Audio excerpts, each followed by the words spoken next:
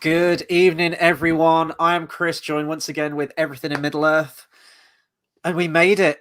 We've made it, finally. We're at the end of Season 2. Season 2, Episode 8, and the season finale, Shadow and Flame. Here's to everyone that's made it through it. It's going to be one of those kind of streams, I'm afraid. I didn't think we were going to make it through. We did. It was very touch and go for me on the last episode. I'm not going to lie. It felt like that last hurrah, that last push. It's just, just one more. This was a tough one to get through. I felt like with this season, as every episode went by, apart from that one that was like the little blip, which was still bad, but like comparatively better than the rest, every other episode we were like, oh, this is a new low for the show. And then the next episode would roll around. And it's like, oh, actually, no, this one was worse. I'm in agreement with you because you actually watched this ahead of me and you prepped me and you said, like, this might be the worst one yet. I'm inclined to agree. There are certain things that happen in this episode that are so damning, that are so awful, that I almost couldn't comprehend what I was watching in the moment. I had to pause this episode multiple times just to allow my sanity to just calm down. This was almost like an agonizing experience to get through for me. How about you? How was your viewing experience of episode 8, Shadow and Flame? It was painful. It fucks with everything. You know, it's not just bad on a lore standard. You know, this cinematography, Jesus, it's awful. The acting's awful. You know, Celebrimbor, we'll get onto him, but you're meant to be so saddened by what happens to him. But I've got a photo for that later on, by the way, what he looks like. It's just, I was so angry and I felt so defeated. I didn't want to watch anymore. It was a slog, to be honest with you. And it's not just because they really shit on Tolkien in this episode. Well, in this series, apparently, if you didn't know, Amazon have a was it a Tolkien lore expert, by the way, on set. Fucking sack him. Get him gone. Oh, remember they had was it Tom Shippey for season 1, and he jumped ship. We saw the writing on the wall right then and there, didn't we? So I don't know who the fuck this Tolkien expert is. The yes man Tolkien expert, probably the same Tolkien expert that they've got on board for War of the Rohirrim, judging by that trailer. Yeah, I mean, wow, we got that to look forward to, haven't we, this year? But it was really, really bad, and I don't know how they are going to do a season 3. I really don't. The stuff was just nonsensical. Stories just awful. And you know what felt weird as well? Like, with the Rings of Power, it felt so rushed, but yet so slow. Like, I don't know how it does it. Like, no scenes have proper meat in them. You know, a lot of the scenes, they cut off the conversations before, you know, at the juiciest bits when they're about to tell you the most important information and they just cut back to it. They do that a lot in this episode, and I hated it. Awful. I'm in total agreement with you. And I was going to bring up that point. So I'm glad you mentioned it there about the fact that it's this weird paradox with this show. And season 1 was kind of guilty of this as well, but this one feels more so in that it feels like they're trying to throw so much in. It's like, oh, you know, we want our cake and eat it too. We want the Balrog in there. We've got to get the Balrog in there quick, even though that's not meant to happen for like another 1,000 years. And then we make it happen and we blow our load in the intro. And then it's just like, shit, we've written ourselves into a corner now because we kind of need Khazad-dûm to still be a thing for a while. And then it just fucking disappears and we never even mention it ever again. That they're trying to pack so much stuff in. And we've got the Numenor stuff and the rings for elves and the rings for dwarves and the rings for men. Just get it all in there. Battle for Eregion. But then when you actually look at the real substance of it and you look at certain storylines, it feels like things have just like nudged like a little blip, like the whole Gandalf storyline with the stores. What the fuck was even that? What was the point of that? Setting up for like a mystery, like basically 2 seasons of a mystery regarding his name and his identity, for it to just be Gandalf when we knew that from when he crash landed in a he fucking crash landed in a comet. I still can't get over that from season 1. bigging up mysteries that are just completely pointless. So yeah, it is this weird in between where, as you said, it feels fast and slow. It actually reminds me, I don't know if you've seen the outtake from the Hobbit movies where it's Sylvester McCoy, Radagast, and Ian McKellen, Gandalf, and they're in front of a green screen. Of course they are. It's the Hobbit trilogy. They're in front of a green screen. And Gandalf's like rushing off somewhere and he goes, "No, there's no time, so fast and so slow," and he like forgets his lines, and it's great. But yeah, so fast and so slow. That sums up this show in one sentence for me. I mean, like you say, what was Isildur's Oh God, plot for this season? Theo, fucking wow. Estrid. What? Who the fuck is she? Elendil's daughter. My God, there are so many characters that are just pointless. Even Miriel this series. What's she done? She wasn't queen, then she was the chosen one by the sea monster, and then the sword, fucking nasty. Oh, don't, man, don't. We've only just begun. This is going to be like the juiciest, like most rageful episode ever. I feel. Would you say, right? Here's one for you to start it off. Have you got a positive? Oh fuck! No, I forgot about that. I was so mildly negative. You know, if I watch this back, I'd probably go back on this, but some of the visual effect shots of the Balrog, whilst paling in comparison to the 01 movie, just think about that for a second. We've had over 20 years since that original movie, and the special effects are still way better, in my opinion anyway, way fucking better in Peter Jackson's movies on the Balrog than we are so many years later. And this has way more of the budget. But there was a couple of shots where it kind of breaks out and it like slams the sword down. I was watching it and thinking, you know what? Some visual effects artist probably worked really hard on this shot. There you go. And then it leads to a really, really dumb slow-mo scene, which we'll talk about. I think it was Bath Time dropped a comment earlier saying it reminded him, we'll talk about the Durin scene in a minute, but regarding that scene, it reminded him of, is it The Other Guys, Aim for the Bushes? Like the slow mo. There goes my hero. Like, yeah, it's bad. It's fucking bad. I mean, go on. Sorry. There's a I haven't read the review that you put for it yet, but I found one on IMDb. Oh, go on.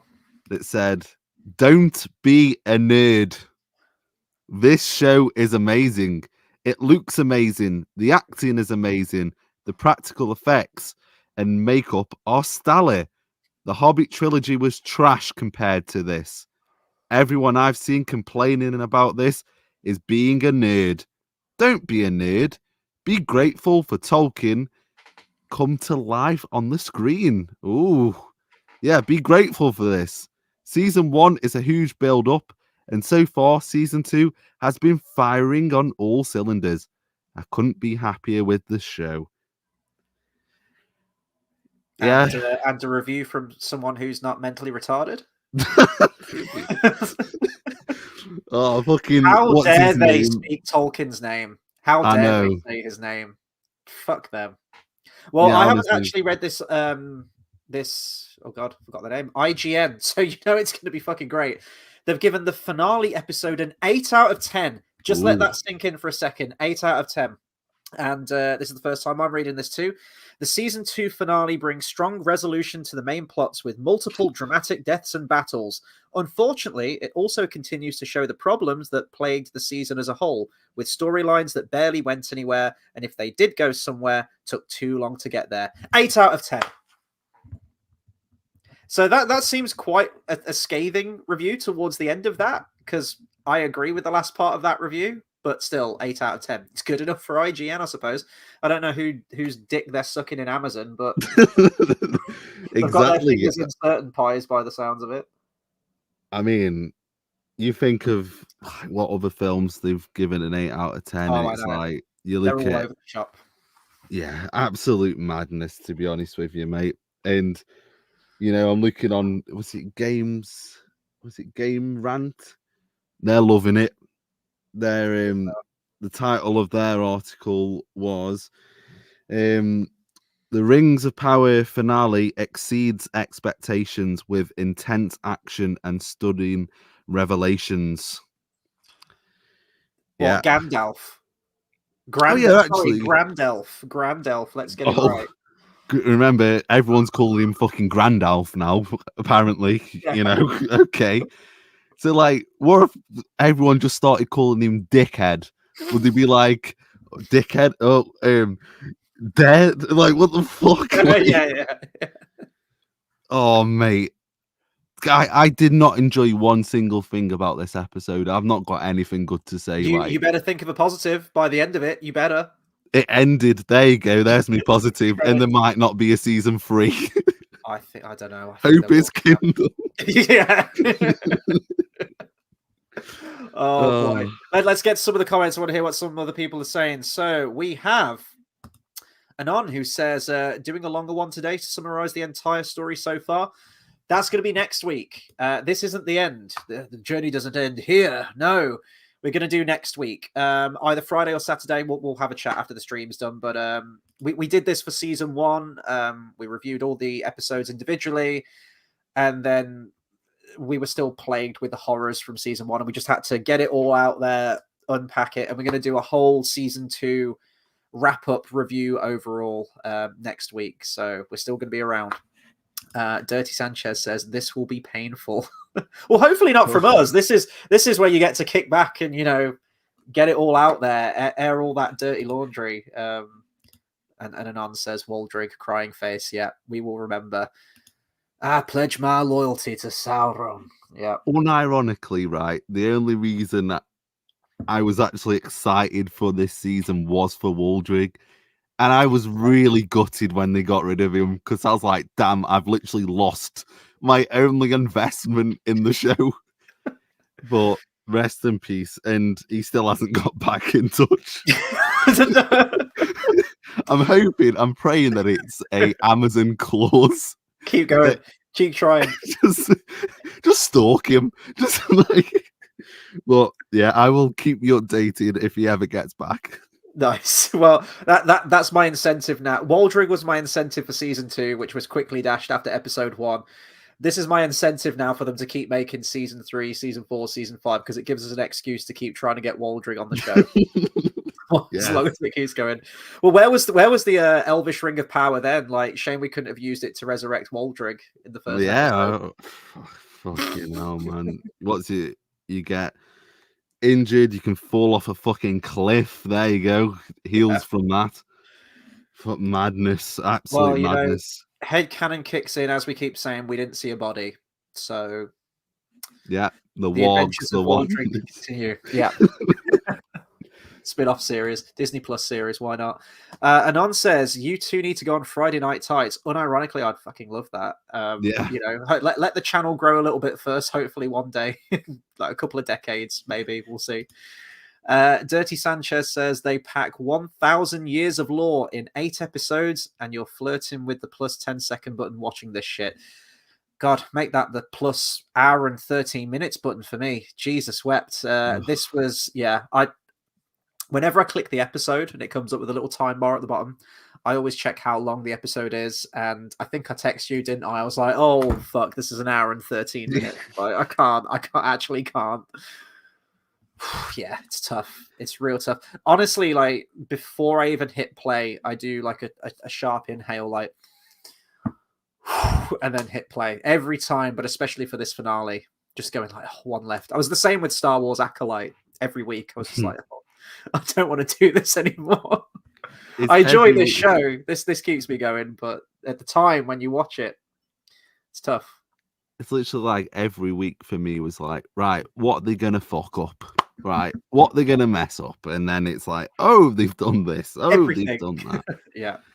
Oh God. And we got Tara Lenian in the comments, says hello, and says the Lore Master is an assistant script writer named Griff Jones. Sack him. You shit, Griff Jones. That sounds like a very Welsh name. Can we send him back to Wales? Even if he's not from Wales, let's send him there. Why not? Right, Tara Lenion, you're hired, mate. Yeah, get on board, mate, because they need you. Fuck fucking Chris Griffin, whatever the fuck his name is. Fuck him off. Shower of shite. It's Griff Rhys-Jones, isn't it? Anon says, why does King Durin attack the Balrog? That's fuck knows. That's a very good question. He was trying to go for the XP. It was like a Dark Souls boss, and he fucked up. Somehow he's trying to save fucking Durin, apparently. Fucking idiot. Oh, God. All the armor and backgrounds look like a Gus Honeybun plastic outfit. It does. What's going on with that dwarven fucking armor, man? When Na'vi shows up at the end, I've got a note on that. I know we're kind of like, this is still the intro. This is we're letting it simmer. We're letting it simmer, and when it reaches critical mass, then we go for it. Do It Sanchez says, "Got to earn that Amazon gift bag with an 8 out of 10." Speaking of which, I'm calling him out. Fuck it, I don't care. What have I got to lose? Nerd of the Rings. He did a chart. Was it Charlie Vickers? Is that his name? Anatar Sauron. Yeah, he's gone like full on chill mode. But I will say, I stand with Men of the West because he hasn't been afraid to call out this show. I feel like he towed the line a little bit at the beginning. I feel like he was trying to appease both sides. He was offering, a fair few positives, but still offering his opinion. As of last week, as of the incest kiss, he's like, this show's a piece of shit, and I'm not afraid to say it. And I'm like, that's really refreshing. I'm glad there's still someone with that many subscribers in the fan base that, will actually speak their mind and call the shit out for what it is.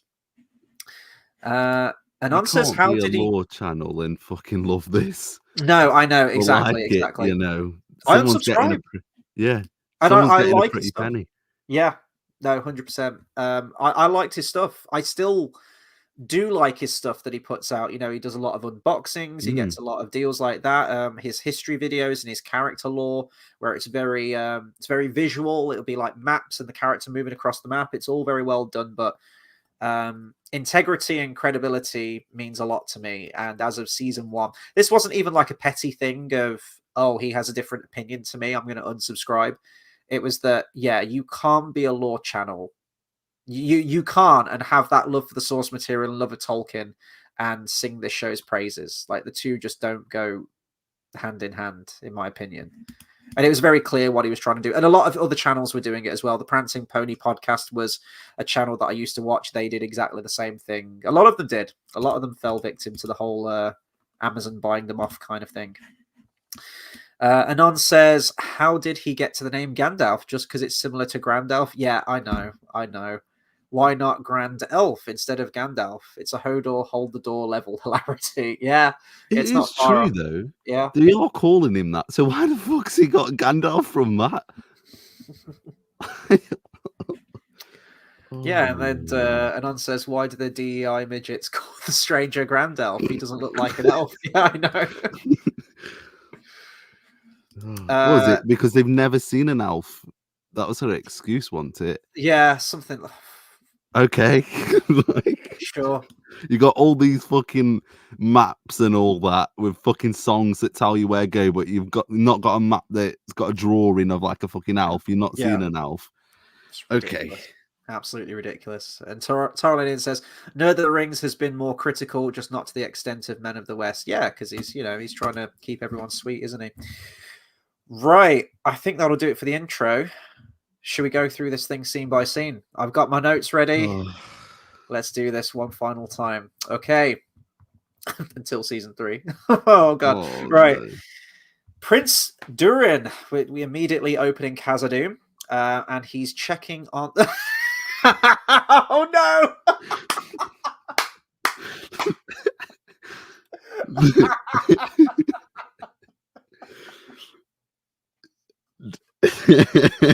That's fucking amazing. Don't adjust my seat. How'd you go? Oh God. Okay, there's many more to come. We're opening strong with that one.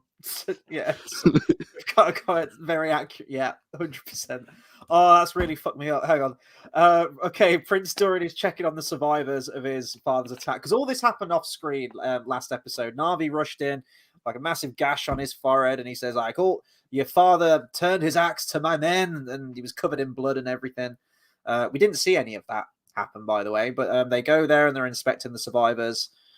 One thing I love, which is actually kind of accurate to this picture that we see right here that you've got, Disa and Prince Durin kiss, And I love how this is edited because I think the music swells and it's like a really awkward kiss, and it just cuts to Na'vi and he just looks away like, oh fuck. Like, I don't think it was meant to be that. I think he was just like looking down because of his wounds, but it looked like he was repulsed by what he saw. And I was like, yeah. Oh my god. Yeah. I've just got the shot up. It's like, ugh. Yeah.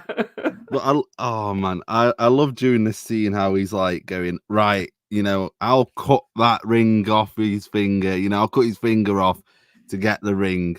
He's all angry and he says to Disa, no matter what you hear down there, don't follow. And she fucking follows anyway, yeah. So it's all pointless. Like, what's the point? And he's a coward. Yeah.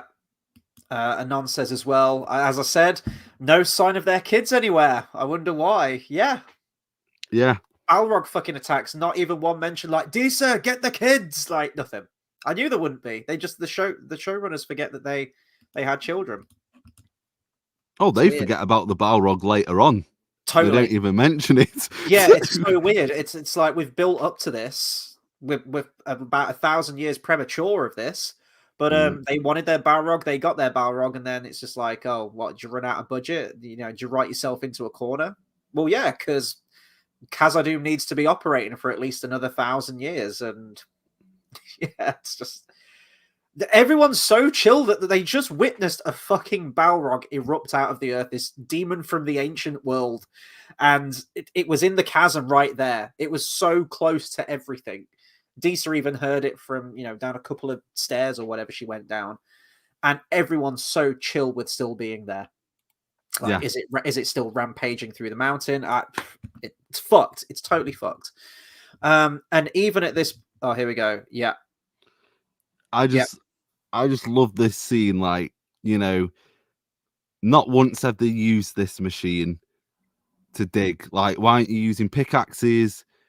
It's just King Durin just whacking this rock, and it's like, it's so clunky. Like, cinematography, look at that for a shot.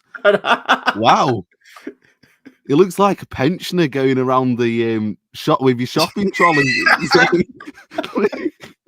Like, what's he doing? And yeah, you know, you see all this damage what he's done, and somehow he breaks through with this. And then you get the reveal, don't you, actually? Or no, little Durin arrives at this point, and he's like saying, Dad, you know, stop this madness, you know, remember when we used to arm wrestle?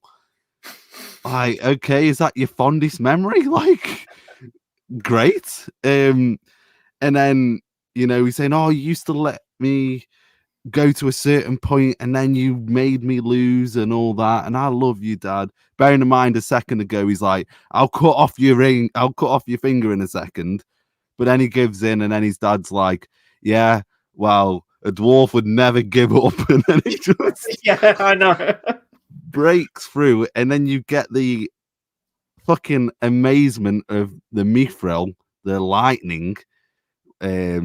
Remember that Mithril's formed by fucking lightning, and it's a gold mine down there. And then all of a sudden, Durin he's okay. He's forgiven his father, forgotten about the ring, and he's all happy. And then, oh god, it did make it's another waffly kind of anecdote, isn't it, about the whole arm wrestling thing? And he's just prattling on, and the actor's trying, you can tell, but it's just that the lines are so fucking bad. And I was like, where are we going with this arm wrestling story? But I did love that. He just comes in with his axe brandished, and his father's like, you ain't going to use that. And he's like, you're right. And he just like drops it straight away. I'm like, oh, for fuck's sake. What was even the point of that? Could you just bring up the clip of old King Durin with his little walker? Right, just bring that up again real quick. Let me put that up a sec. Right, let me put that. I just thought of something that might be funny as a meme. Watching that scene again. So that I just think, but nothing can breach it. Nothing will breach it. Look at him, man. Just replace with Grons. Just this is meant to be someone who a couple of scenes ago was meant to be so fierce. Yeah. You know, he's battled all these other dwarves, you know, and we've seen him use a pickaxe earlier on, and it would look more menacing, wouldn't it, if him trying to smash through the rocks? But no, you've got this shot. It looks like an old couple trying to fuck. Like he's like, go on, decent. It's like, what the fuck, man? And Grandad. Yes. You know, you've got the ring, and you know, will it have any powers? You see that it's corrupted and that. Why ain't he fucking using his strength to fucking plow through it? But you know, they needed that delay, so you had that scene with Durin, and you know that scene should have happened ages ago, not at this point. And at the end, what does it really achieve? To be honest with you, like, yeah, I totally agree. Well, we've got someone in the comments right now who says that season 2 has been so much better than the entirely invented season 1. Are you sure that all of this hasn't been entirely invented as well? It's very much the same, but hey, if you get your kicks from watching this is great. And then saying Tolkien fans, quote, old people trying to fuck, what are you? Hey, if you don't like what you see here, you have the ability to leave. If you want to stick around, thank you, and thank you for the continued viewership. It's adding to the statistics, so thank you. But yeah, we'll have less of that. We've only just begun, so if you're not liking this, then you know you're fucking around at the wrong party right here, because we're about to get to the Balrog. Fucking hell. Okay. Well, I mean, we've said everything about the Balrog should not be showing up right now, and the showrunners clearly run into that problem, because it's like, right, we've shot our bolt too early. The Balrog's now running amok, but we still need to continue this for like season 3, season 4, season whatever. Not to mention, this is what, King Durin the Third, and Durin's Bane is Durin the Sixth. That should give you a clue as to how far into the actual lineage we are with the Durins before the Balrog is even meant to show up. But what the fuck ever. In the first of many, we recreate a whole bunch of scenes from Peter Jackson's films, and well, straight up down to the look of the Balrog itself. They couldn't even be creative enough to create their own look for the Balrog. And so, what are we trying to say with this? Are we trying to say that this is actually meant to be taking place? This is meant to be a prequel to Tolkien, Christ Almighty, to Peter Jackson's works, or are we doing our own thing? Because if that's the case, and I had this problem with season 1, why make the Balrog look exactly like it did in the Peter Jackson movie? And every single chance they get, they try and recreate a scene, whether it be a line or a moment or whatever it is. Right here, the whip, the round the ankles, pulling off the edge. It's exactly the same shit. It's one of many to come in this episode. There were loads. They double down in this episode with the references. So he takes off the ring. He has an instant change of heart after seeing the Balrog. And you know what? I was watching this scene and I thought, under the right circumstances, with the right build-up and the right acting, just the right script, just a totally different creative team, basically. Yeah. I was watching this, you know, he turns to his son and everything like this. I was like, this scene could have actually meant something with enough build-up and everything. And I genuinely believe, and I've always said this, even in season 1 and this series, I think we're both in agreement of this.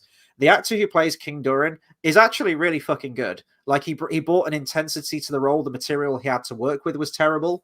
But I could see him playing like a great Dwarven king character.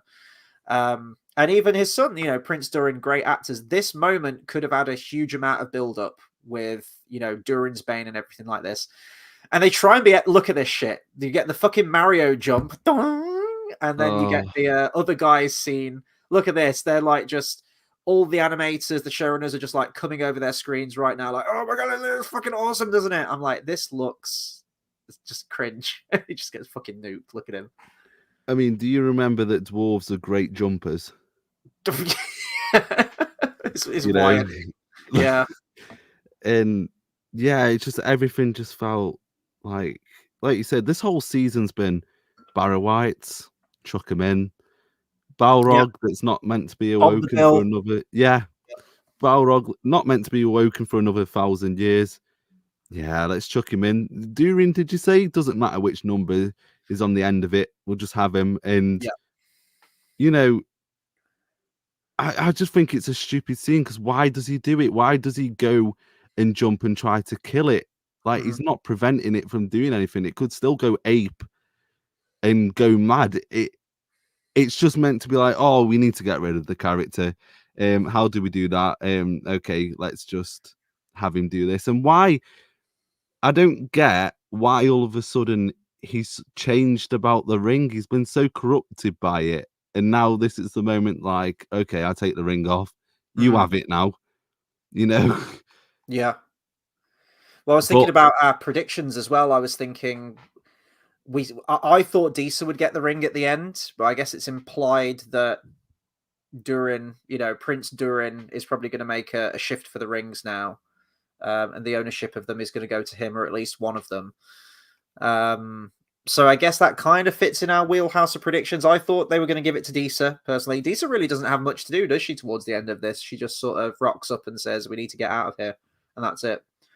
But yeah, like this, I'm looking at this, I'm thinking, they're trying hard with the visual effects. You can tell probably a lot of the budget went to this.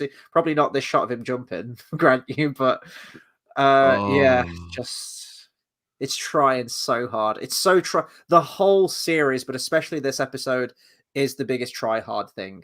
It thinks, oh, this is epic. This is so great, isn't it? And it's like they can't see. I don't know if it's the narcissism, the hubris, whatever it is. It's the cringiest shit they're producing. And they think this is quality cinema. You remember the Asian elf? The Asian elf. Do you know what I love about that shot? Actually, is the fact that he's jumping in super slow motion and the rocks are falling quicker. Like, oh God, yeah, no, you're right. Like normal speed. It's like, okay. But I hate that shot with the whip, because you know what? We get another shot for shot later on with a certain callback. But yeah, awful. And everyone just bangs their heads on rocks nowadays and they're all safe. But yeah, that's all I had on this. They really need to address it in the next season, or else they can't just forget about it. They won't. They'll forget about it along with the Balrog will go hang out with Durin's children. Yeah, that's what's going to happen. I love that as well, actually. That Disa, Durin says, "Don't come down here." She completely ignores that, goes down. She could have been killed. Prince Durin could have been killed. His children just were never a thought in her mind during this. Well, during the whole show. We've only heard her mention them once in season 2. So, yeah, brilliant. I'm surprised she didn't try and fucking sing at the Balrog. Maybe that would have worked. Right. I'll just read a few comments. Anon says, I was hoping for the Balrog to pull out a flame minigun or flame axe. Sure, why not? Go for broke at this point. Rafa says, a ridiculous lack of creativity. Yeah, I guess that's in regards to the look of the Balrog.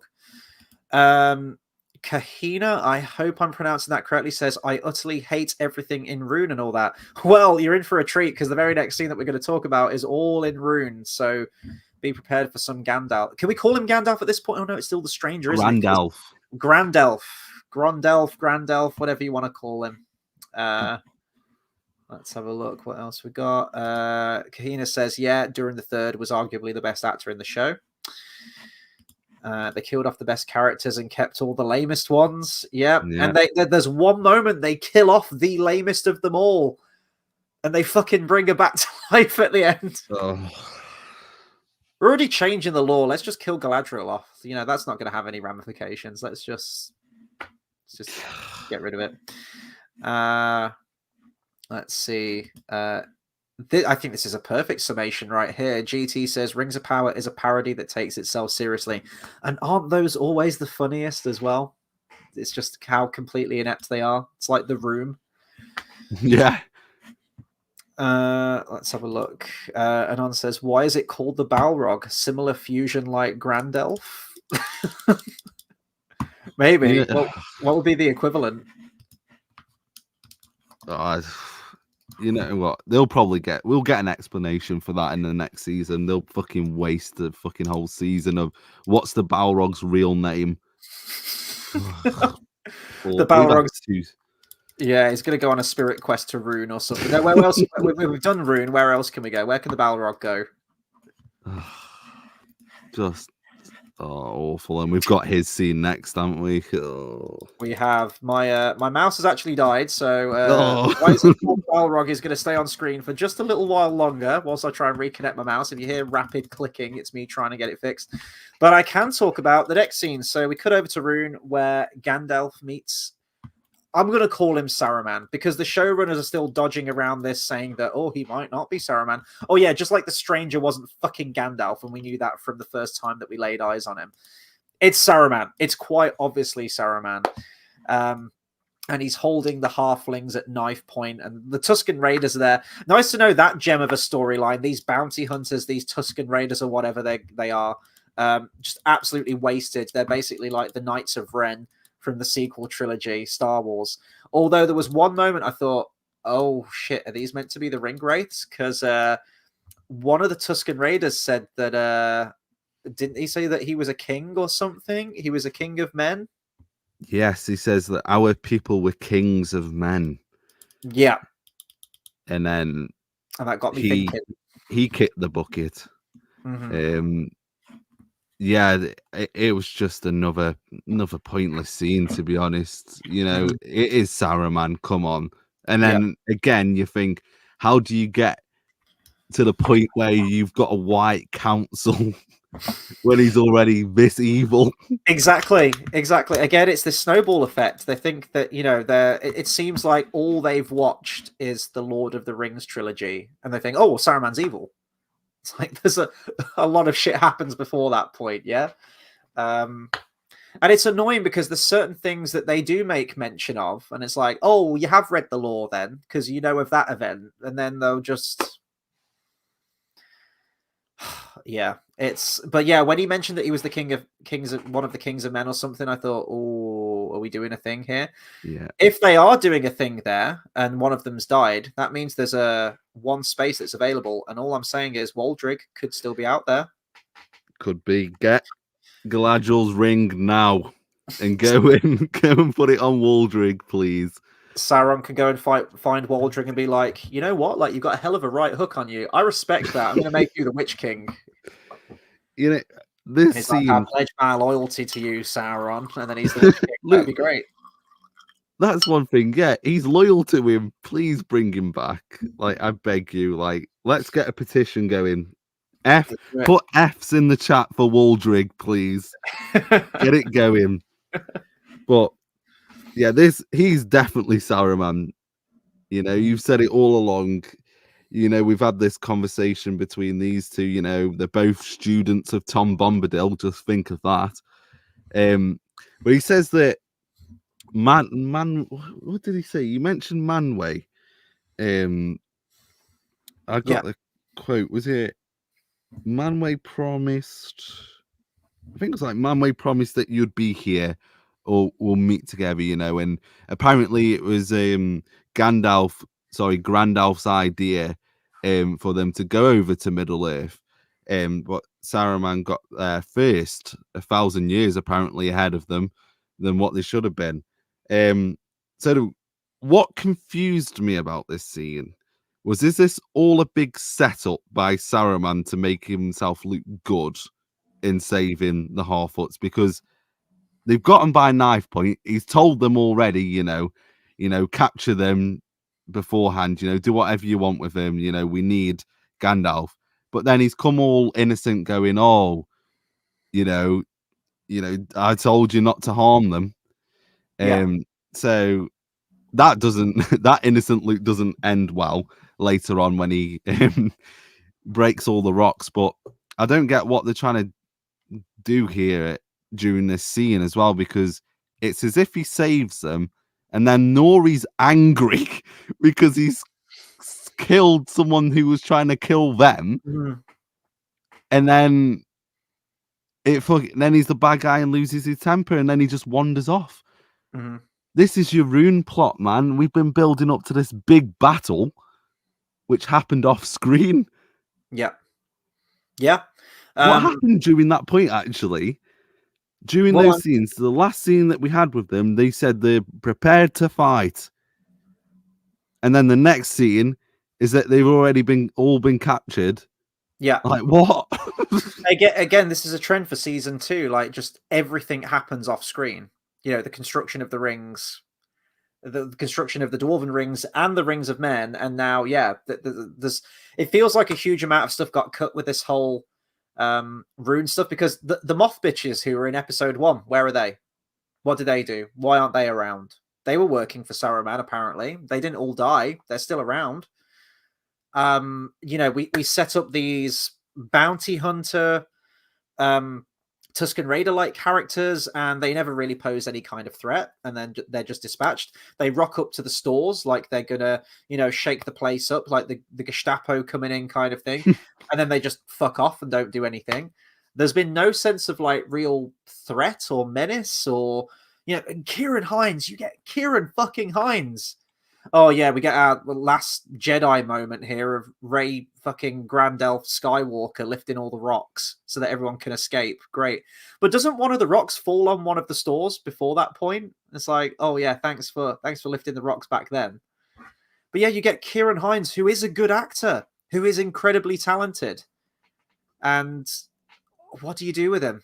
It's just I couldn't tell you anything about his character. It's just nothing. Yeah, 100%. Like, just think, we have spent 2 seasons with him baiting. Oh, is he Gandalf? Is he not? You know, he pretty much is Gandalf, and then we've basically spent this whole season of him finding out what his name is and finding his staff. And it was all pointless because he leaves Nori in the end. Yeah. So what was the point? And yeah, this scene's absolutely ridiculous as well. Like, why would Saruman go through all of this trouble to break these rocks to try? He said he'll get Gandalf himself if he has to, and then he just fucks off. Yeah. He just goes away. He's like, all right, then, you come to me when you're ready. You know, I'll be waiting. What? Mm-hmm. I don't get it, man. They really messed with the pacing and the writing of this scene. You know, who cares about this? Mm-hmm. And he's so powerful. Look at this. I'm just watching this, even without sound. Look how cheap and how terrible all this looks.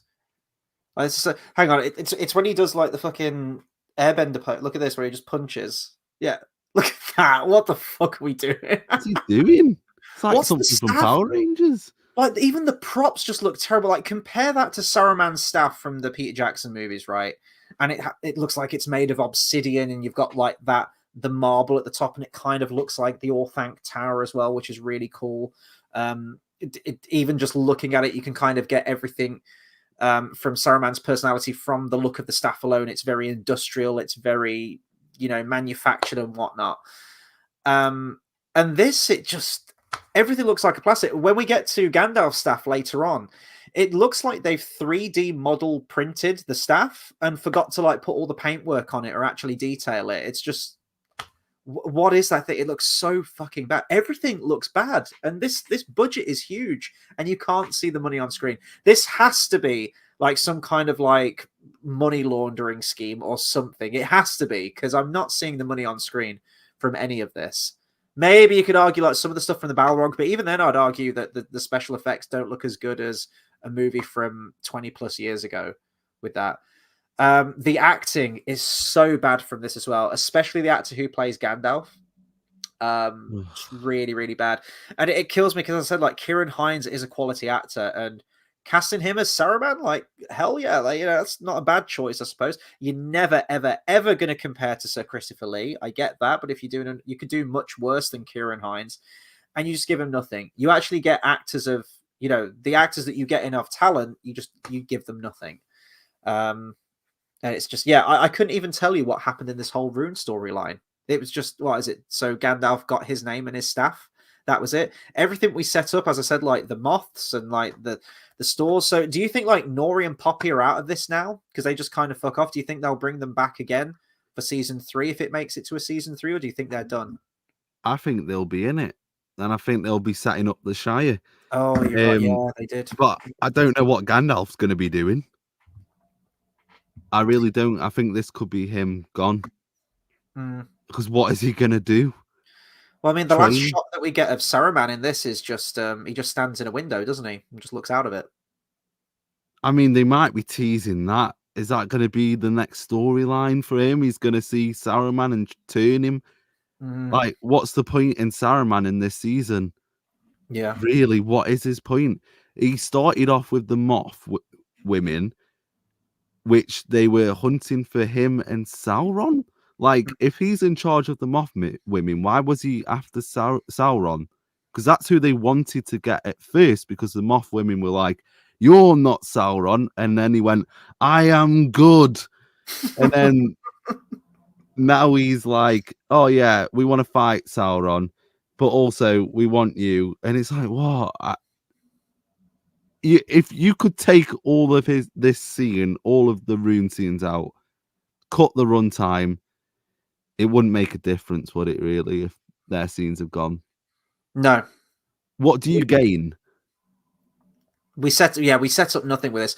The fact that Nori and Poppy had to go with him as well, absolutely utterly pointless. They didn't really contribute anything. Like, what did Poppy do this series? Well, she fell in love with Rufio apparently from day one, like love at first sight kind of thing. That gem of a storyline. Nori was just kind of there. We've set up some kind of like ancient prophecy of the fucking Shire and bringing Lenny Henry's character back into the discussion. And then, yeah, you have Saruman, or maybe he isn't. Like Kahina here says, I think they are not that crazy, referring to the showrunners. I think they are. Well, personally, I think they are. But says he is a bad blue wizard, probably in their conception, starting cults. See, I initially thought that too. I thought they could go that way. I mean, from the picture, from the kind of look of the staff, from his appearance and everything, and the white robes, I'm like, that's Saruman the White. But I thought maybe there's a chance he could be a blue wizard. We are in Rune. But then that would be your opportunity to actually cast someone of another ethnicity, which this show seems to fucking love doing every time. But when it actually stands to reason where you could do that for Rune or something like that, they chose not to. Very interesting, that, isn't it? When I actually said that the Rune culture would be great to explore, because the books don't really explore it all that much. Here's your chance. And they don't do it. So I thought maybe he could be a blue wizard right up until the point Tom Bombadil was banging on about him wanting to side with Sauron. And I was like, okay. We're doing Saruman. Again, like the Balrog, really fucking prematurely. Because as you said, like, what are the ramifications of this? All of the White Council scenes, banishing the Necromancer from Dol Guldur, just everything to do with his character, Korean favor and befriending the Rohirrim for a time, which it looks like we're going to get in the War of the Rohirrim film.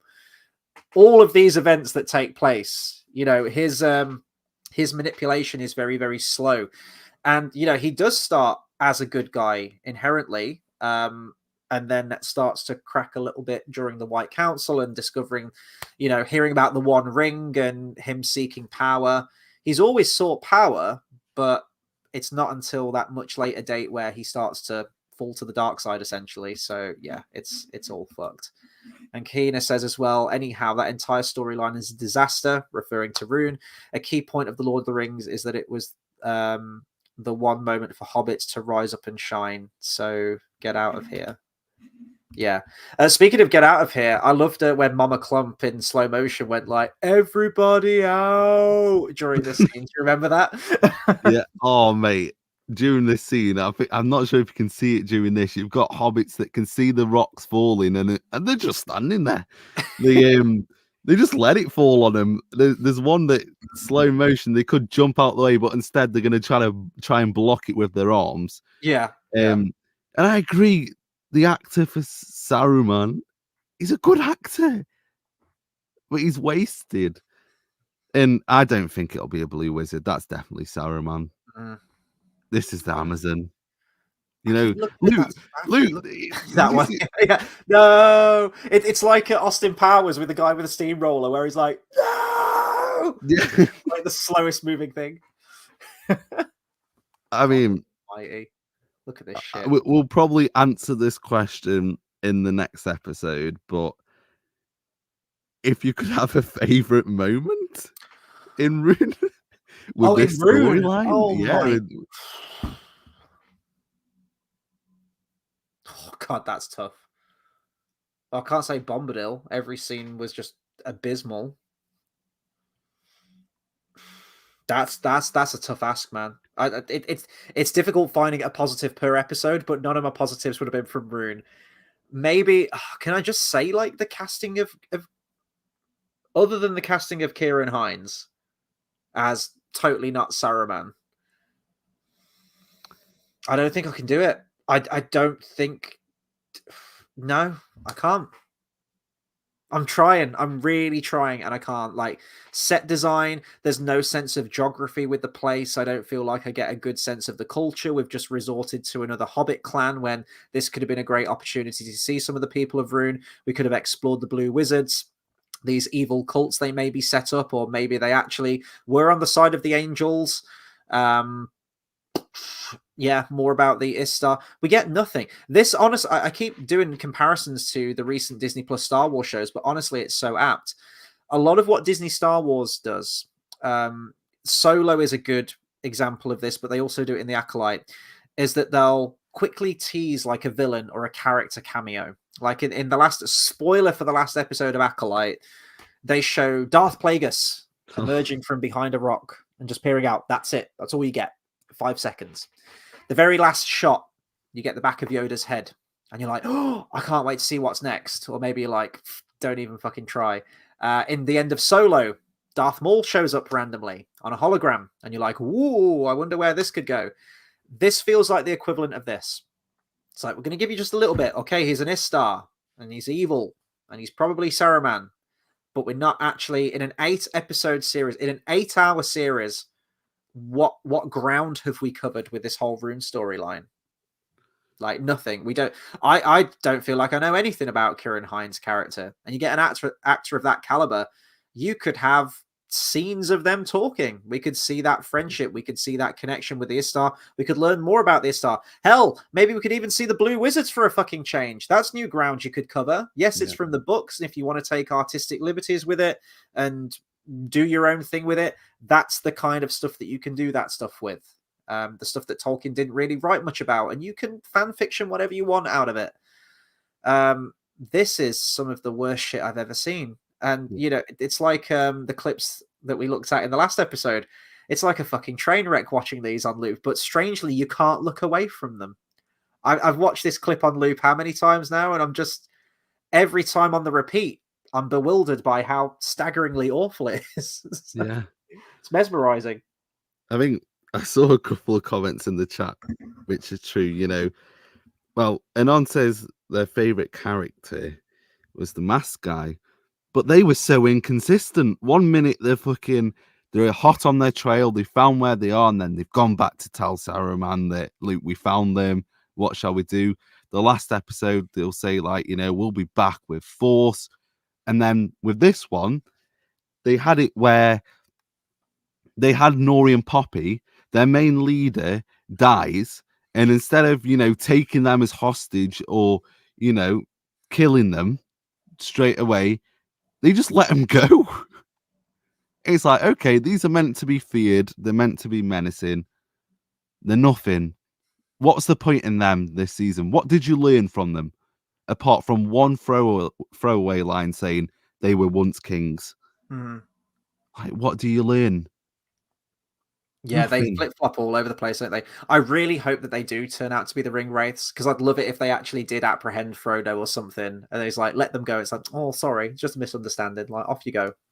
But I don't get how we're going to get to that point, you know? How are we going to get to the point when Anatar is going to be fucking meeting up with these and giving the rings? How? Well, they've clearly proven themselves worthy in this series, haven't they? The fucking 9. Great. Wonderful. I'm just thinking if they are going to speed run the 9, I feel like it needs to be characters that have kind of been established a little bit already. Theo, 100%. Yeah. He likes being a low man, apparently. Ah, the Lord of Hello. Yeah. Oh my God, he's a lord apparently. There was a line during this scene. I think Saruman says it, but I'm not sure. And I wrote it down because it feels like maybe it's a callback. But he says, "Pity will not defeat Sauron." And I just thought, are we doing the whole like it was pity that stayed Bilbo's hand? Again, I might be reaching with that, but honestly, this show just it triggers me to that kind of stuff, especially this episode. If that wasn't a blatant callback, don't worry, there will be lots of blatant callbacks later on. But Kahina says, yeah, by having Gandalf around at this time and the Astari, Gandalf's around in the Second Age, why did Gandalf ignore the fall of Numenor? And where was he during the Last Alliance? Yeah, these, again, you fuck around with it. It's the snowball effect. All these pivotal events that Gandalf could have helped with. Kahina, you've just opened something up, right? So he's already been told in this season that his purpose is to fight and stop Sauron. So where is he during the Battle of the Last Alliance? That's his perfect opportunity to stop Sauron. What? Fuck. How are they going to explain that? Is Tom Bombadil just stopping him? Like, you've literally just opened up something. So, Totally Not Saruman mentions about wanting to side with Sauron. Has he had an audience with him already? Because dude's over in Eregion. Like, you could travel there and probably go and meet Anatar right now and curry favor with him if you want to. Has he already had an audience with Sauron, or has he never met the guy? Well, he's after him, isn't he? Like, that's the point of season 1, is that he sent these moth women after him. Fucking rings of power, everyone. We're over an hour. We're already on the second scene. Oh, Jesus wept. We'll try and get through this a little bit quicker. Dirty Sanchez says Tusken Raiders calling their ancestors kings pretty much confirms 8 Nazgul plus Rufio Nazgul. Oh, fuck. Season 3, looking for a hat. Yeah, you ain't kidding. Yeah, we got to pad this shit out somehow, haven't we? And Rafa says $1 billion, ladies and gentlemen. Yeah, this is what $1 billion gets you right there. Fuck me, there are fan films that have been made on a fraction of that budget that look way better than this shit. Remember that Hunt for Gollum movie that came out before they're actually making a Hunt for Gollum movie? They took that off YouTube as well. Can you imagine the balls that Warner Brothers have? A fan film that came out back, Christ, I don't know, since like the dawn of the internet, and they took it offline because it was also called for the Hunt for Gollum, even though that did it first. I truthfully, have you ever seen a Born of Hope film? It's a fan film to do with I feel like I have. Aragorn's father. Yes. I forgot the name. Yeah. The name's on my mind. But that was a great short fan film. Way better than this. For the budget, yeah. Oh my god, yeah. Right. And so much reverence for the source material as well, you could tell. Oh, we should watch that, you know. That's a shout. Yeah, I mean, sound off in the comments if you guys would be interested in watching us watch like other Lord of the Rings stuff, because honestly, it's been a long time since I watched those fan films. A long time. So we still need to do Russian Hobbit as well. That's another thing I need to do. I've watched the Swedish one. Got a fucking copyright claim on my channel for that, so I need to tread carefully because you know what Russians are like. Yeah, that's true. If there's any Russians watching, I love you. You know, don't act me. Anon says, why do the hobbits not pick up the rocks and move them? Surely staying where they are is a better option than wandering the wasteland. They're big. I mean, they're big rocks. Just pick up the rocks. Well, they are pretty adept with throwing rocks, aren't they? That's a skill that most hobbits have. I don't know if they could like fucking boulder like these that are coming down, but I mean, they've got to move. How that? And I don't know where they're going to go, but they're going to have to take a lot of food and a lot of water, which, by the way, they get their water from nicking it from was it like a fallow village or something? Yeah. So they need water to sustain the whole clan, but they'll probably, Nori will lead them down this genocide of, you know, leave the crippled, leave everyone, you know. Oh, but brilliant, isn't it? The more I watch this scene, the more it's just like, wow. And there was a perfect comment actually by Anon. He's doing all of this without his staff. Why the fuck does he need one? Yeah, great fucking point. Yeah. What's the point? Oh my god. Like, what is the point of him having a staff? How does this get past the fucking writer's room? It's what Mosine says. He says, everyone is wasted making this, especially the writer's room. I want whatever they're smoking. Absolutely. How does this even get past the script stage? It shouldn't. It makes me so fucking mad that this is... It makes... You know what? Like, we've had someone in the comments earlier saying that they actually like the season and they like bits of it. You know, whatever, however you get your kicks, it's all good. But how can you objectively say that this is good? Is, as a Lord of the Rings show, $1 billion behind it, this is the best that we could get? Can you seriously tell me that this is the best that we can do? It just, yeah. Amazing. It makes me so mad. It just, I kept saying, I mentioned this loads of times. When this series first started, I was like, I know what I'm getting in for. I ain't going to get mad about this. I ain't going to get angry. I'm not going to let the blood pressure rise. It's all going to be A-okay. And look at me now. I'm on the 1296, very good year. And it's helping right now. This is the final one. It's a celebration. It's a celebration that the Rings of Power is finally over for another 2 years. God help us all. It's here to stay, I fear. It's done. It's done. Yes, yeah, that's what it feels like. Rafa says that rock took 2 business days to fall. A sidestep will solve the issue. Yeah, you ain't wrong. My God. Keep your comments coming in. I know a lot are pouring in. I'm going to try and do my best to get through as many as possible. Some might slip through the cracks, but I will get to them. Numenor, if you'd like to take this one, we open with Elendil's daughter gathering the faithful. Yes, because the show is playing that she's not evil, really, even though she fucking is. Like, she's caused all of this, but they're trying to, you know, curry favor with her. They're trying to get her back on side, and they've gathered all the faithful up. And apparently the faithful, Numenor, the Numenorians knew that Halbrand is Sauron. Mm-hmm. Okay, so who sent them that? Like, I'm guessing it's Gil-galad. You know, I just love how they know before Celebrimbor did. Mm-hmm. And so they're arresting the faithful, and they're going to be chucking them in jail, or are they going to be sacrificing them? Who knows? But Inari and whatever the fuck her name is, she's in charge. And so we have this scene, right, where she escapes to go and tell Elendil that, Luke, they're after you. They're coming for you. Now, I don't know if they're trying to paint Elendil as a bad dad, but not once did he go, come with me. You're my daughter. Like, I love you. Come with me and we can escape this. He just fucks off. And not once does she go, can I come with you? Like, this is a bad situation. We got to get out. No. So what am I meant to get from this scene?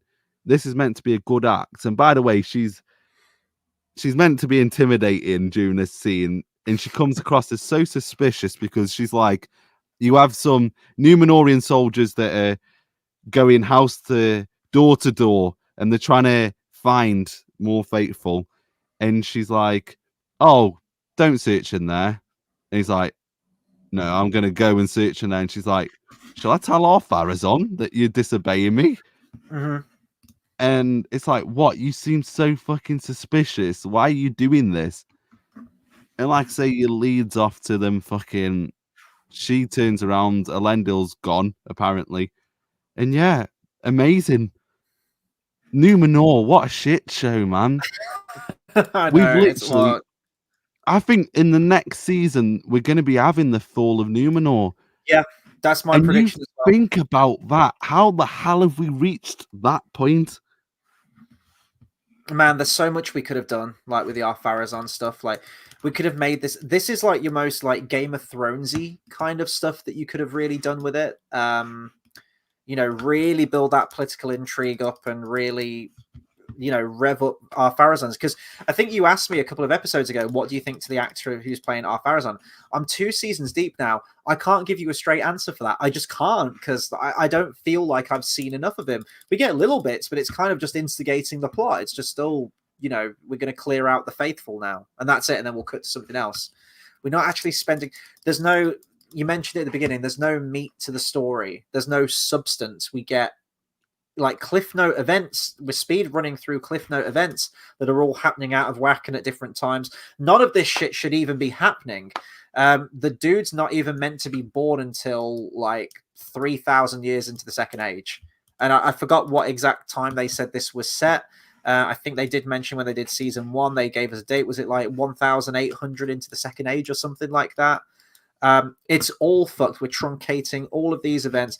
And I know that Peter Jackson did that too a little bit. For example, you've got in the Fellowship of the Ring, you skip out you skip out the Old Forest, Tom Bombadil, the Barrow Downs, I get it. But you skip out that kind of 17-year time jump as well, where Gandalf bombs off. Kind of, although we're getting the Hunt for Gollum movie now, 2 movies apparently, so I guess that's going to fill in those 17 years a little bit. But we're just not getting. I feel like how we get to certain events, like this part here, where they're clearing out the faithful, and they're ripping people out of their homes, and it almost reminded me of the scene from Game of Thrones. I think it was season 2, where Joffrey orders all of the. Is it the sons with black hair or whatever it is, or the first, whatever it is, to all be like murdered or whatever. It reminded me of that, and I just feel like this feels like we've skipped seasons. We should have done like a slow build to all of this stuff. But yeah, what it's on track to do, I honestly think that we are going to get the Fall of Numenor next series if it makes it to season 3, which is ridiculous. He's declaring everyone traitors of Westerness. I believe he says in the episode, he's completely sacking the city of the faithful. We've got Elendil who's bombing off to meet Anarion. Anarion's mentioned as well. I think, wasn't Anarion mentioned once in season 1? Like he mentioned Isildur's older brother or something. It's nice that I love the Kermit. I just saw that. I think he did. Yeah, I swear there was one mention. He mentions having another son, because I was like, yeah, you should really have an Arion and all this. I was like, where is an Arion? We've created a daughter character out of whole cloth, and honestly, she has been a bitch this series. Almost feels like a completely different character since season 1. But you know what? I don't blame Elendil for not wanting to have anything to do with his daughter. Like after how she treated him in the jail cell last time, fuck her. She's done. I was expecting her character to have a bit of a change, and I don't feel like we ever got that. And yeah, that I don't know where we stand with that relationship between her and Elendil at this point, and I don't even think the showrunners know either. It's done, isn't it? It's kaput. He's gone. Yeah, he's left her. Wow, what a leader! And like you say, what annoys me as well, we had the plot point the last time we saw them of, trial by big fish. And we had that point of, we stopped our Pharazôn, and here we go, we're free now. And then we've just gone back on that straight away. It's like, oh, no, you're not, because Sauron controlled it. It's like, all right, then. You literally went down the story of, it's the Valar's will. And then it's like, oh, Sauron controls the Valar. This is wrong. Like, what was the point in that big scene when Muriel did a sacrifice? What was the point? And I agree on our Pharazôn. He's meant to be this big leader, manipulator, brilliant. He's meant to be an antagonist. What have we got of him?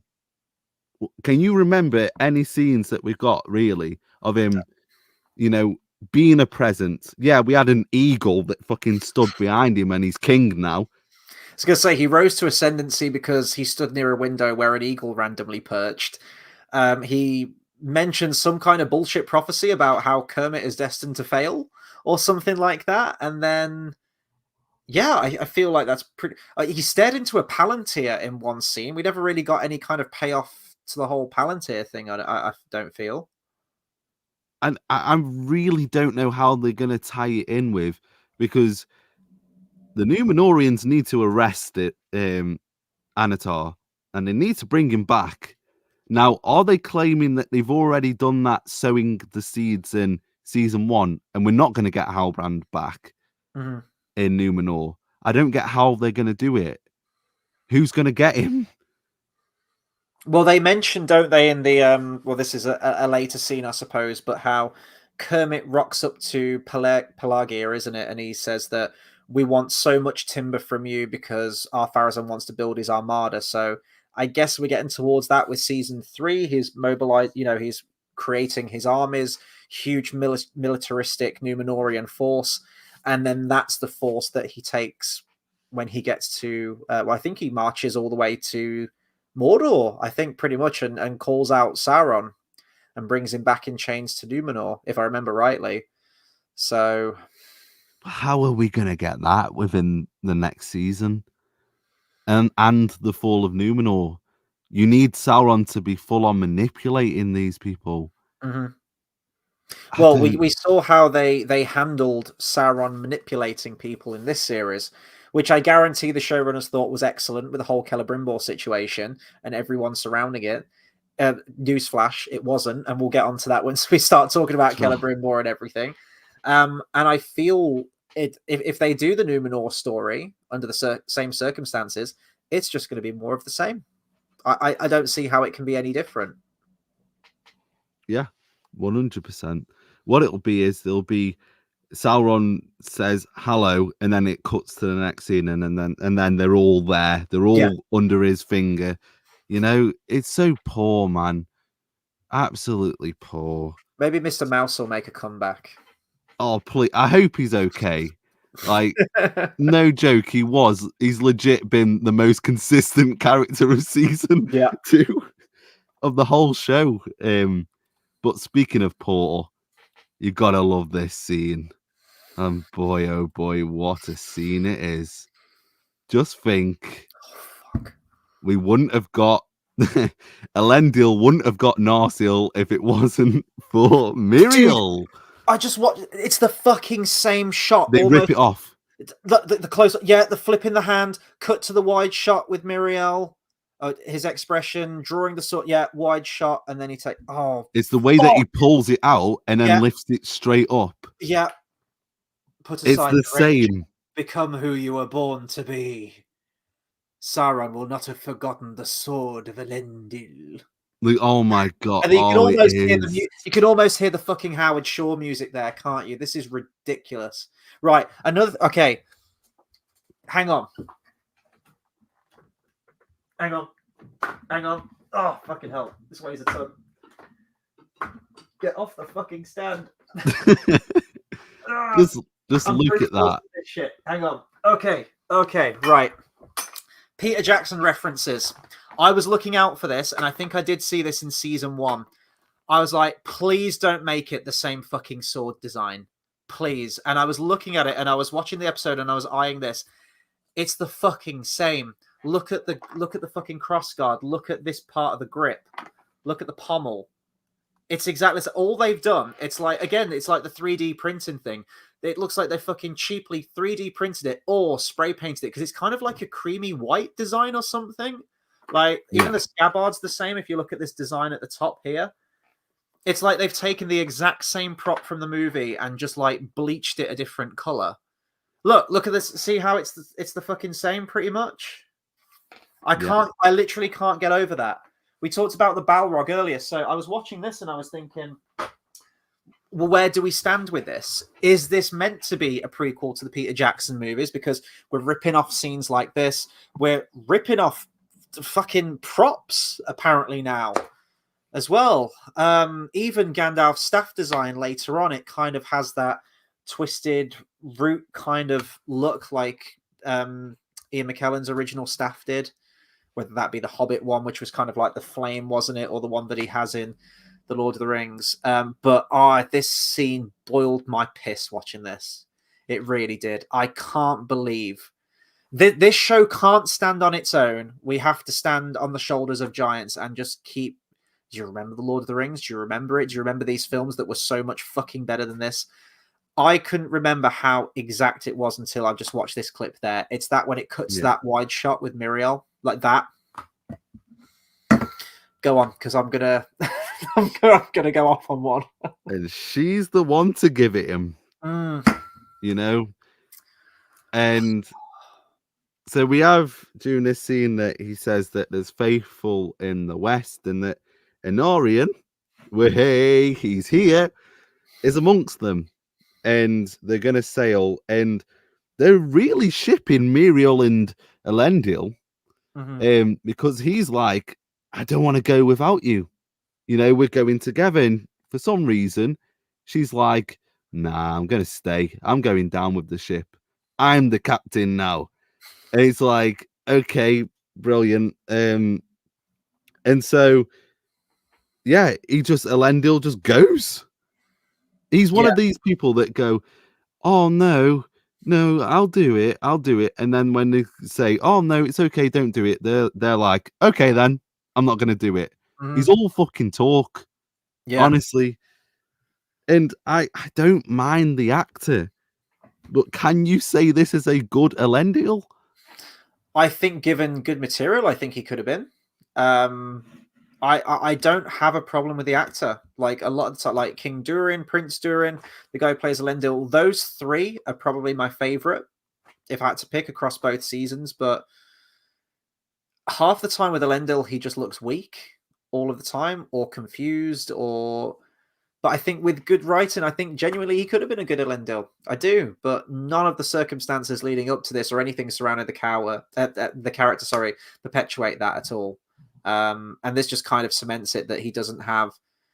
It's not like he makes the sword on his own or he earns that sword. He is just given it, just outright.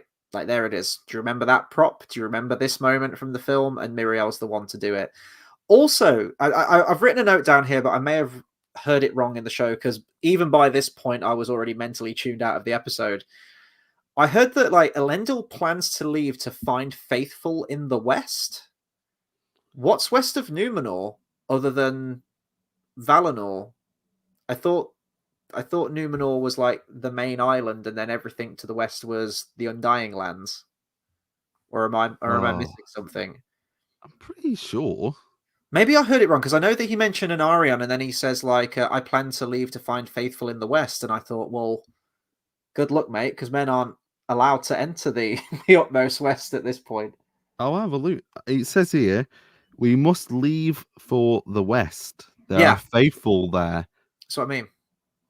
What's in the West other than the West? Yeah, he probably is it the western side of the island? I don't know. Maybe. Yeah. But there's faithful there. And yeah, there's a load of them apparently. So they've all got to go. And like you say, they're going to be doing them moving to Middle Earth next season and establishing the realms. Like, how are they going to do this, man? I don't know. Maybe he'll. What realm do we need to establish? What Gondor do we need to establish? Gondor and well, maybe he'll just plug Narsil into something and twist it, and there you go. Minas Tirith will just spring out of the ground or something. There you go. Brilliant, man. And yeah, the Elendil is meant to be learning from Muriel. This is Muriel's his inspiration, his hero apparently during this season. What's he taught her?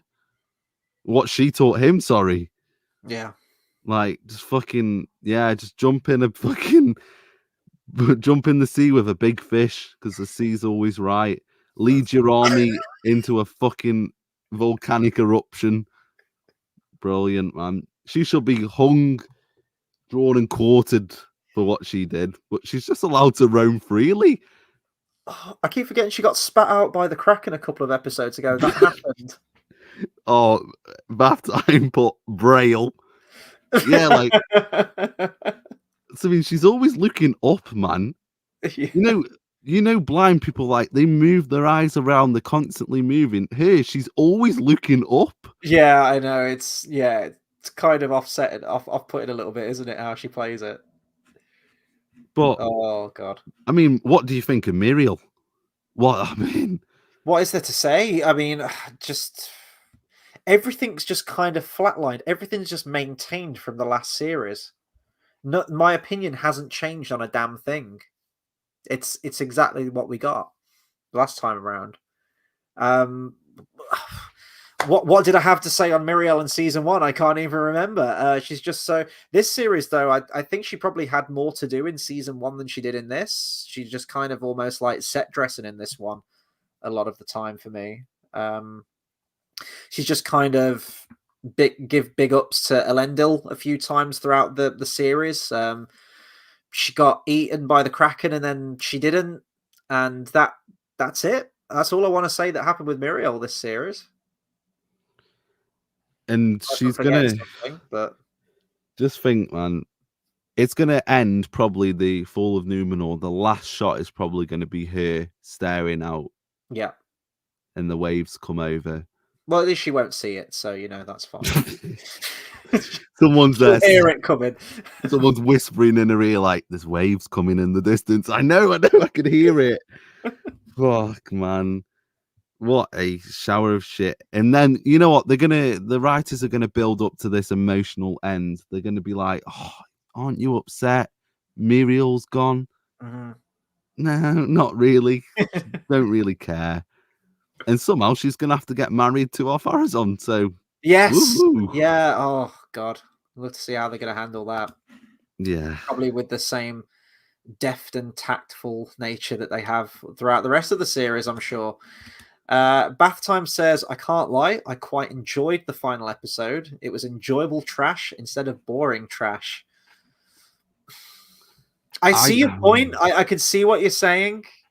I think it's more fun when we talk about it here than it is when I'm actually in the moment watching the episode. It's a real struggle, guys. It's a real fucking struggle to get through it. And Anon says, I like Rings of Power because it's the most entertaining time on YouTube when it's on. Fair enough. That is true, to be fair. There's a lot of good videos out there. And Bath Time says, it did kind of feel that they set the show up to kind of end in series 2 in case of cancellation. I don't know how I feel about that. There were some threads where maybe the Gandalf stuff kind of does a little bit. You could probably make an argument that, well, I don't know, the Dwarven stuff maybe looks like they dropped that.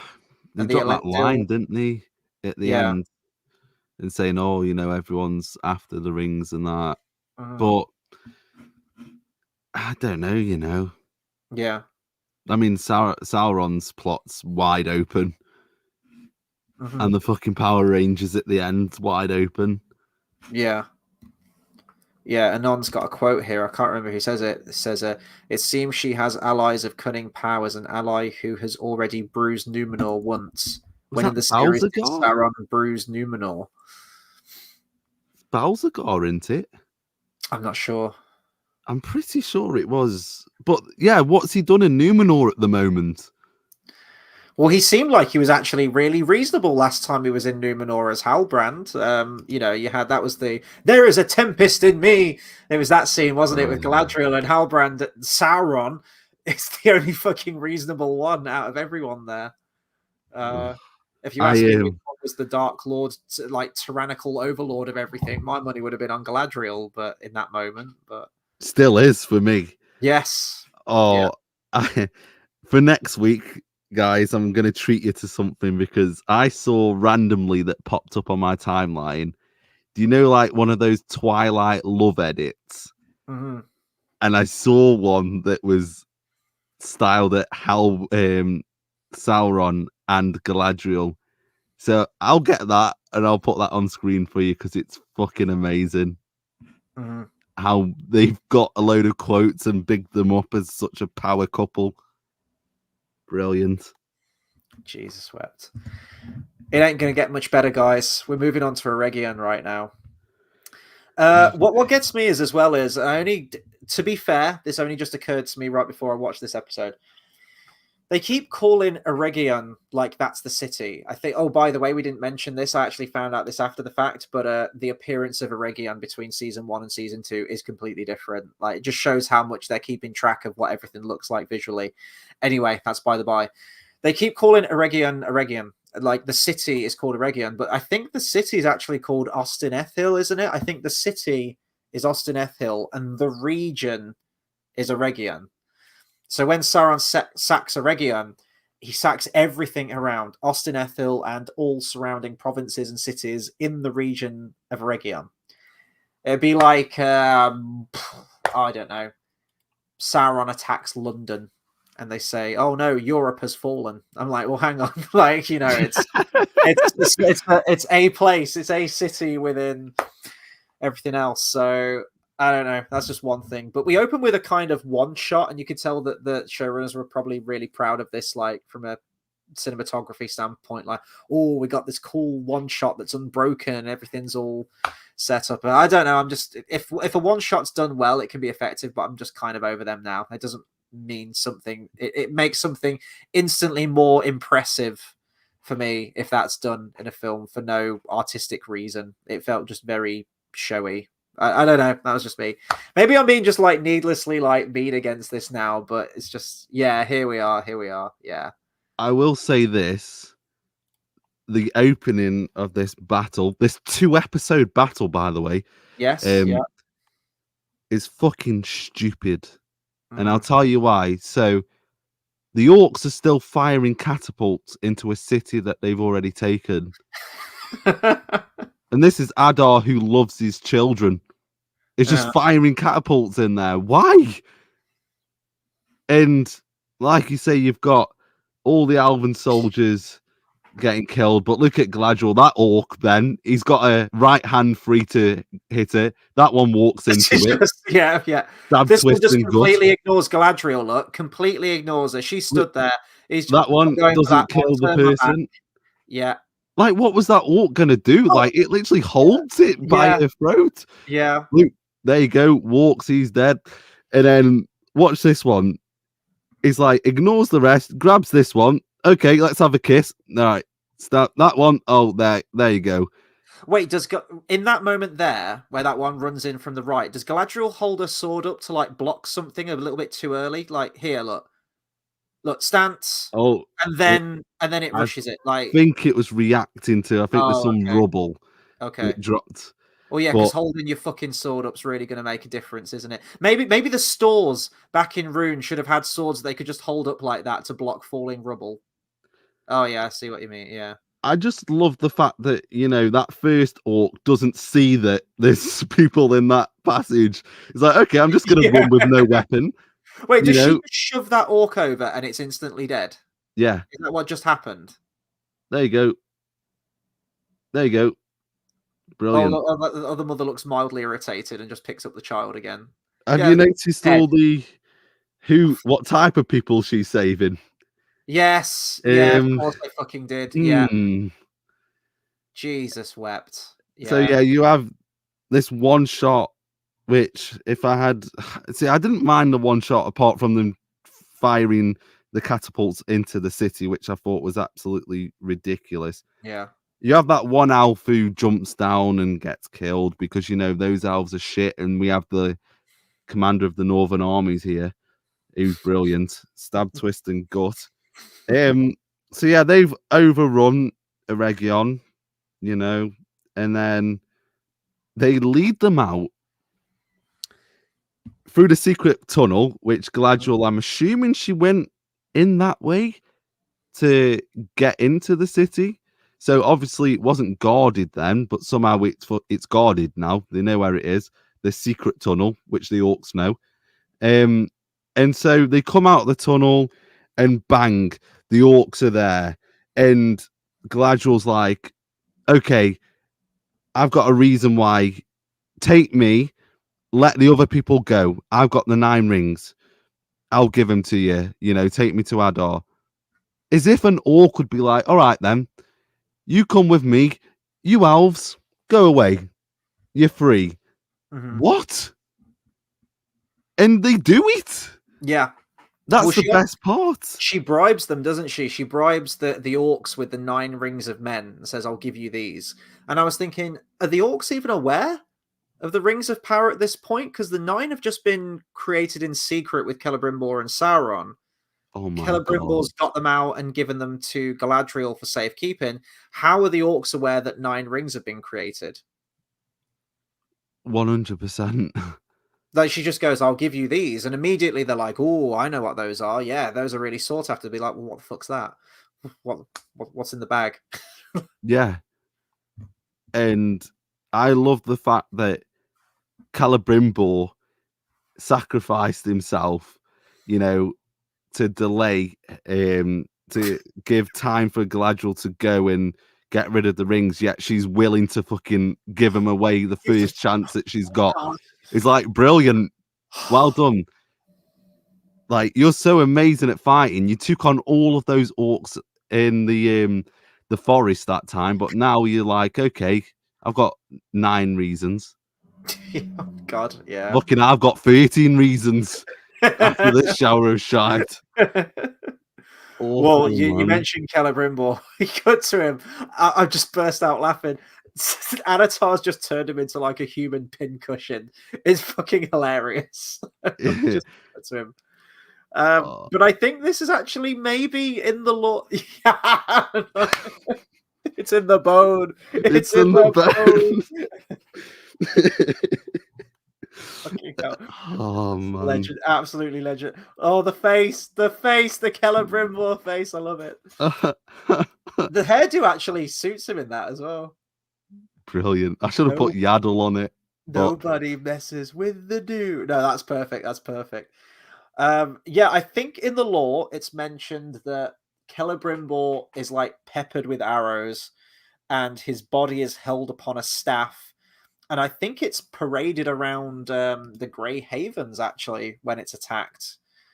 So we might get Celebrimbor back in season 3, I guess, like wafting around on a pole. So they kind of do that a little bit with Anatar doing it. Sure, okay. I thought it was just funny though.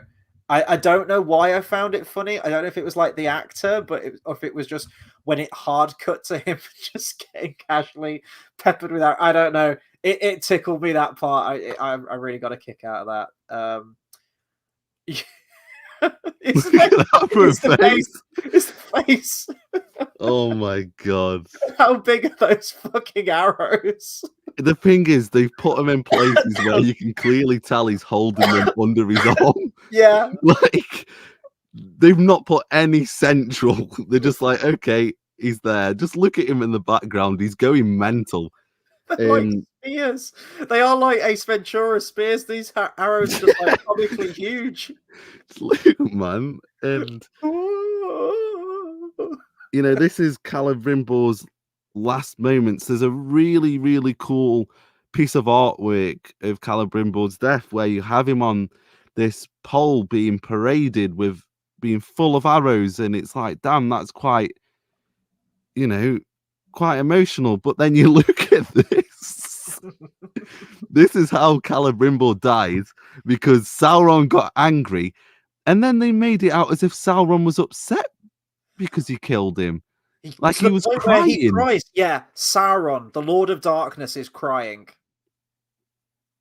And the orcs walk in. He's like, I'm fine. I'm fine. Like, what? Yeah. And he goes on this big speech, you know, saying that, oh, you will be the Lord of the Rings. I had to get that in there. Yeah. Is that the second time they've referenced that this season? Yeah. When he first showed up, they did the Lord of the Rings thing, didn't they? I think as well, Anatar. But I just find it amazing that this is meant to be, you know, the season's been leading up to this, you know, building up their relationship. And this is the conclusion. It's been awful, hasn't it, their relationship? I mean, look at that for a face. That's, give him the Oscar. That should have been the thumbnail.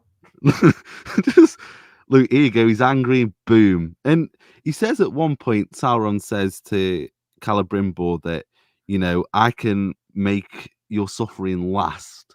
I think he said like you can keep him alive. Mm-hmm. Why doesn't he? Yeah. At this point, why does he kill him? He does it out of anger, doesn't it? Yeah.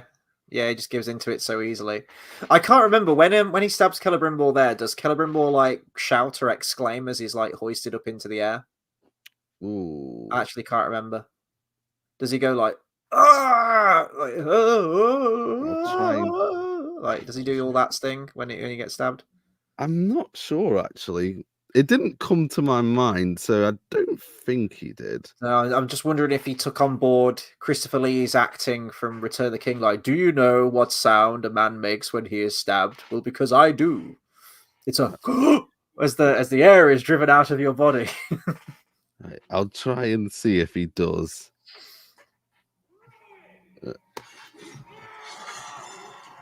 No, he doesn't actually. Oh, okay. No. Fair enough. Maybe he took note. It's the only thing they're making bloody notes on. I know. Well, they do make mention of the fall of Gondolin, so I'm like, Yes. oh, okay, so someone in the writers' room has at least heard of some of the greater lore. It's a shame they don't have that same admiration for the rest of the show. And then Celebrimbor says, the rings of power will destroy you. One alone shall prove your utter ruin.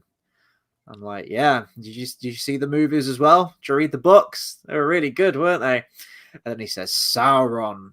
And I'm like, say it, Lord. I'm like, say it of the rings. I'm like, there we go. And yeah, Celebrimbor dies. And then, yeah, Sauron starts fucking crying. And then the orcs come in, and he's like, what is your name, Uruk? And I think it's Family Man orc, isn't it? I think it's kind of like been the semi, like, I was going to say, like the most popular orc character, I guess, out of all of them. What are they trying to portray with Sauron here? With him crying? I know. And he's like breaking as he's saying, I have many names. Like, what? It's because we can change him. He's like the angsty anime boyfriend kind of character. That's what they're portraying him in this, especially with like him and the Galadriel stuff.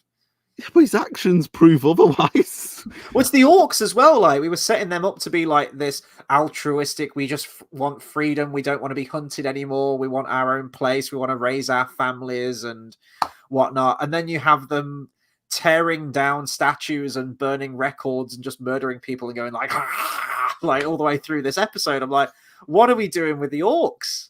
I mean, just look at that opening scene with Aregia, with the siege, and you just think Adar just wants these orcs to have a home. Yeah, these are his children as they're attacking and killing people. It's like, what do you expect? You're showing something, and you want the message to be different. Yeah. It doesn't work like that. It doesn't work at all. I love this as well. From Brinsley here. Before Rings of Power aired, quote, I ain't gonna get angry, Chris, after each episode. I know, I tried. It didn't last long, did it? It really didn't. Brinsley says, has season 3 been greenlit yet? I don't believe it has. I think some of the cast have mentioned, oh, we'd like to come back for season 3. But I don't think it has officially been greenlit yet, has it? I'll have a look, because the Fellowship of the Fans, I'm sure you guys are aware, they love the show. So apparently they have got new writers on board for season 3. They've got a load of consulting writers. Griff Jones has been promoted to a writer, which is brilliant because he's the Tolkien expert. But apparently we'll get an announcement this month. But they say we are getting a season 3. Sorry. Let's hope that they learn their lessons. I mean, part of me, as long as they keep making it, we'll be here doing reviews on it. We ain't going anywhere. Would I like a bit of a reprieve from the Rings of Power? If they said tomorrow, yeah, we're cancelling the show, we're not going to do it, I'd be like, oh, thank fuck for that. But then also I'd be like, you know what, just let's keep it going.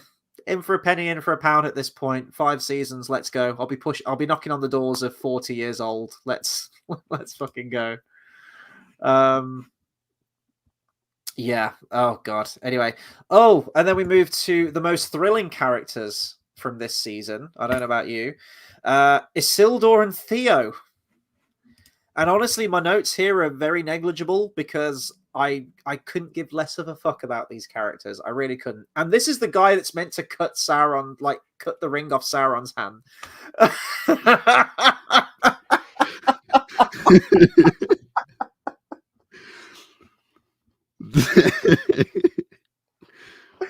It's so accurate. She goes with anyone. Fucking hell, yeah, she does. These hoes aren't loyal. Christ. Yeah. Oh God. What about? Can we talk about the awkward Theo hug as well with Isildur? Well, oh yeah. Actually, I'm sorry. The scene opens with Isildur reminiscing about getting hit in the leg.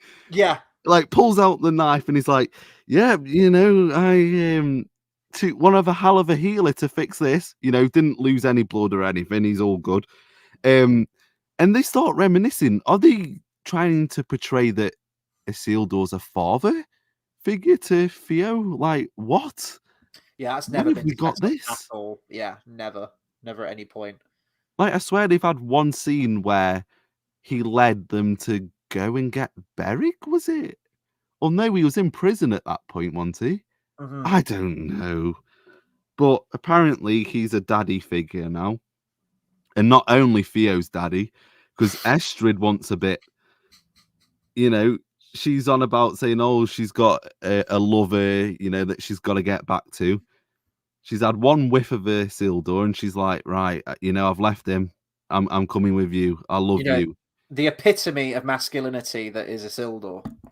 Yeah, and all of a sudden they're in love. Despite the other episode, she threatened him at sword point. Like she was willing to.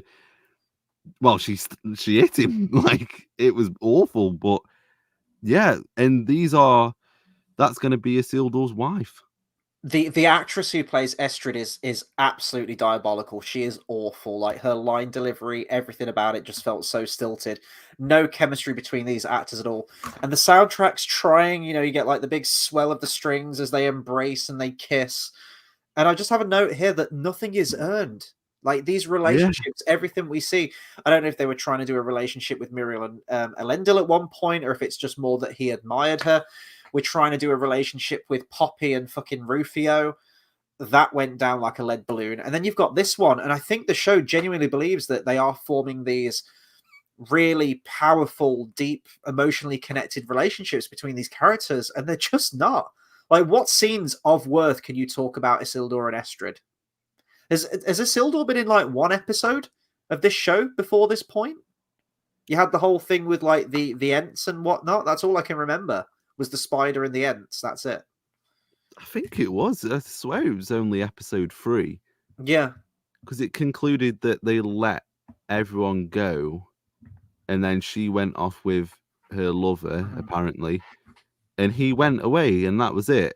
Like, there might have been others and I can't remember. But let us know. Were others, yeah. Like, because if that's it, then Isildur's purpose for this season has literally been needs to get his horse. Oh, Beric gets a name check. The horse gets a name check at one point. So his story's been he's got his horse. He's fought Shelob, by the way. What else has he done? Got with Estrid. Brilliant. Well done. This is meant to be one of your biggest characters, by the way. Yeah. Well, the last thing that we see is Kermit rocks up, doesn't he? And he denies Isildur entry. Oh, before this point as well, Theo says he enjoys being a low man. So just remember that. And then Kemen takes ownership of Pelargir, and he demands that Timber and the villagers provide almost tribute to Ar-Pharazôn to assemble his armada. And that's it. Those are all the notes that I have. There were probably some other stuff that happened here, but honestly, I couldn't give less of a fuck. Every time that Isildur, Estrid, Theo, God, I forgot his. See, 2 seasons in, I almost forgot his name there. Theo. Every time they're on screen, just sucks the life out of it for me. Now, I thought they were writing out Theo at this point. I thought we got rid of the mom. Like she was fine at the end of season 1, and then apparently she wasn't, and she died. When he like packed up and said, "No, I enjoy being a low man. I'm going," and he awkwardly hugged Isildur. I thought, right, we're getting rid of Theo out of the show now, so we ain't got to worry about him for season 3. But it looks like we're keeping him around. He's going to be a ring wraith, 100%. You know, I love as yeah, well. that's your prediction, isn't it? He's going to be a ring wraith. Well, there is an extra spot open up now. Just saying. Yes, and he is a lord, Yep. apparently. Mm-hmm. I love during this scene how they are all bigging up Bronwyn. So Yes.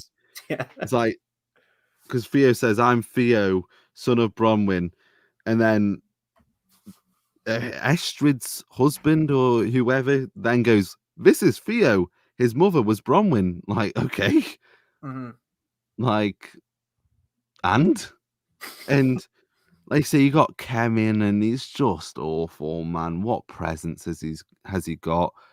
I mean, I completely forgot that he's got a relationship with Isildur, apparently, Mm-hmm. because they hug each other.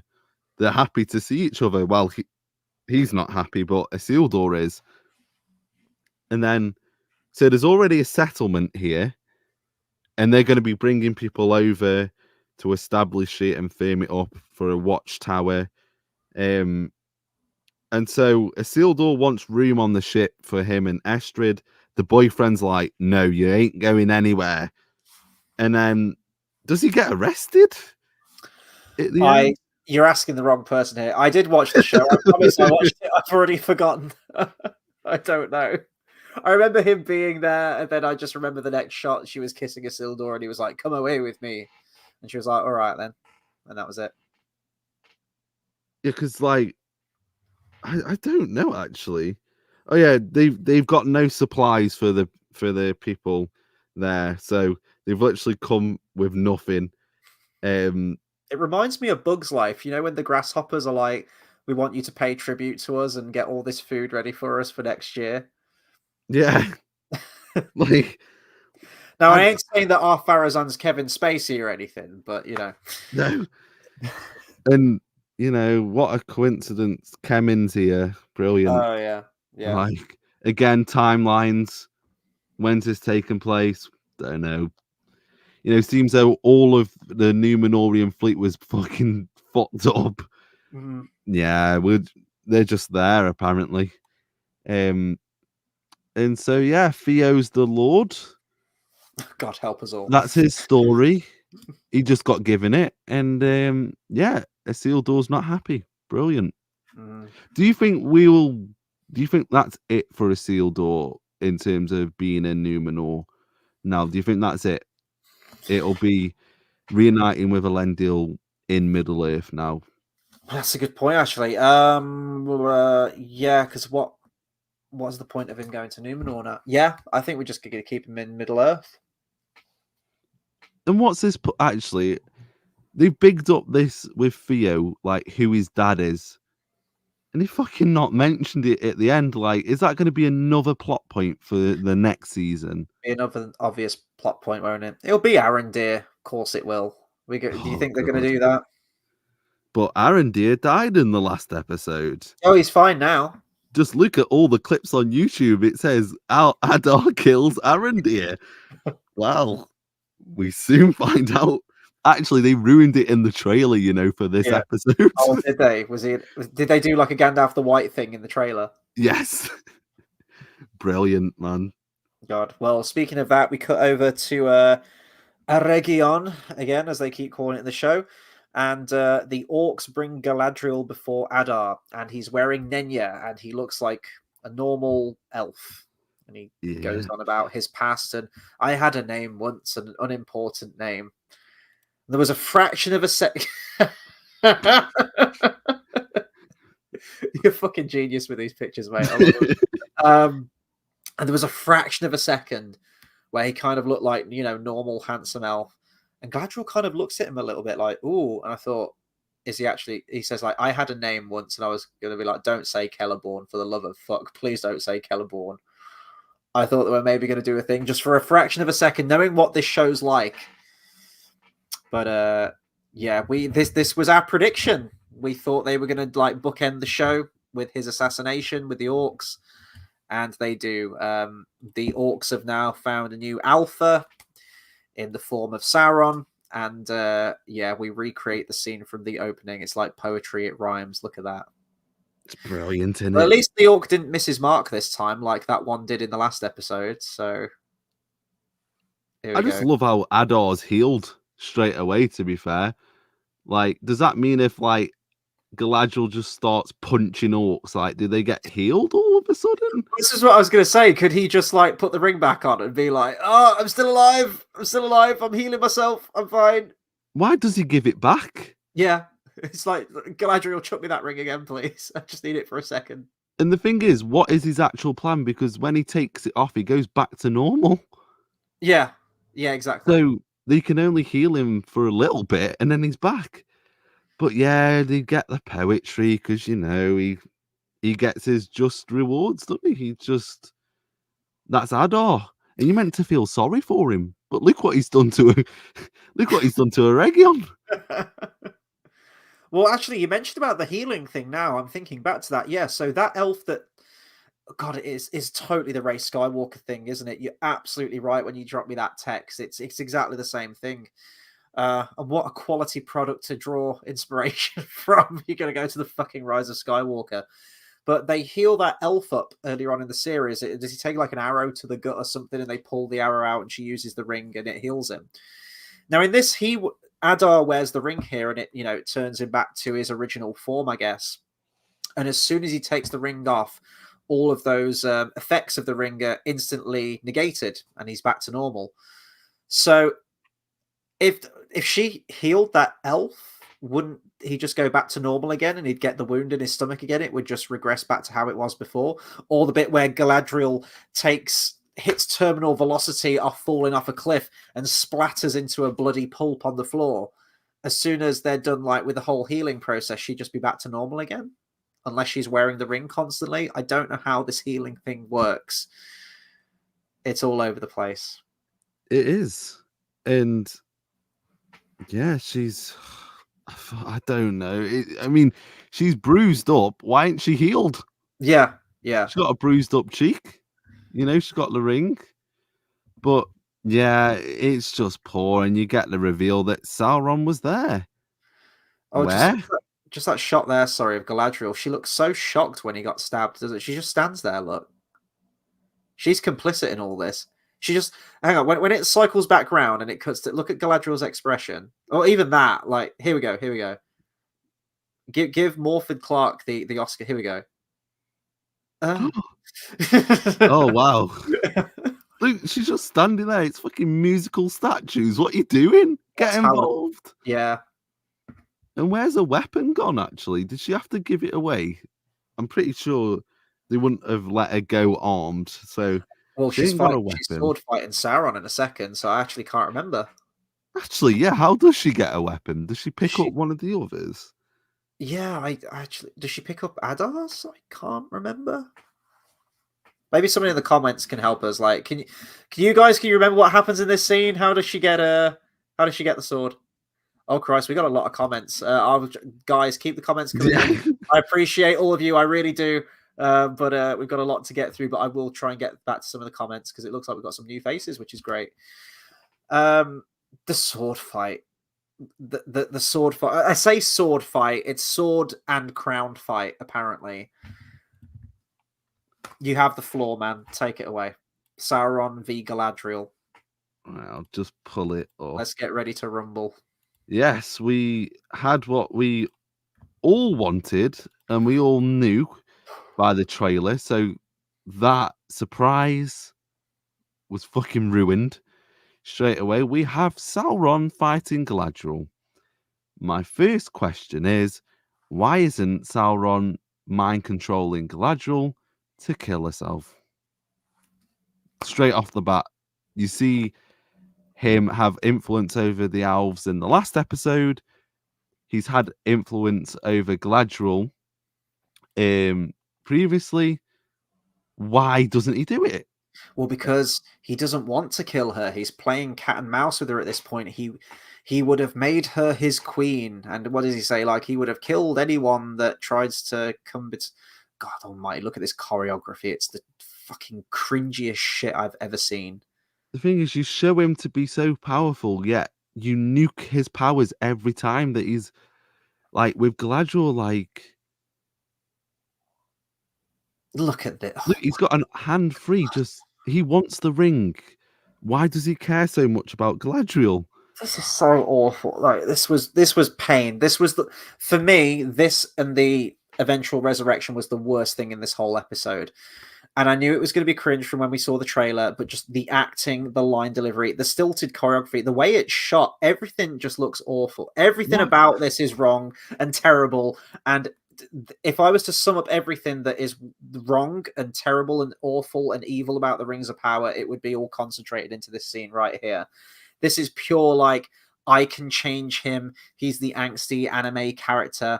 All of this. Actually, you know what? Even comparing this to anime does a disservice to anime because there's some great fucking anime out here.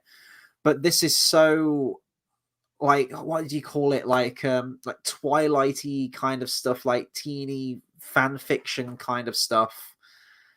This is what the showrunners think we want. They think this is peak fire, bro. This is Tolkien.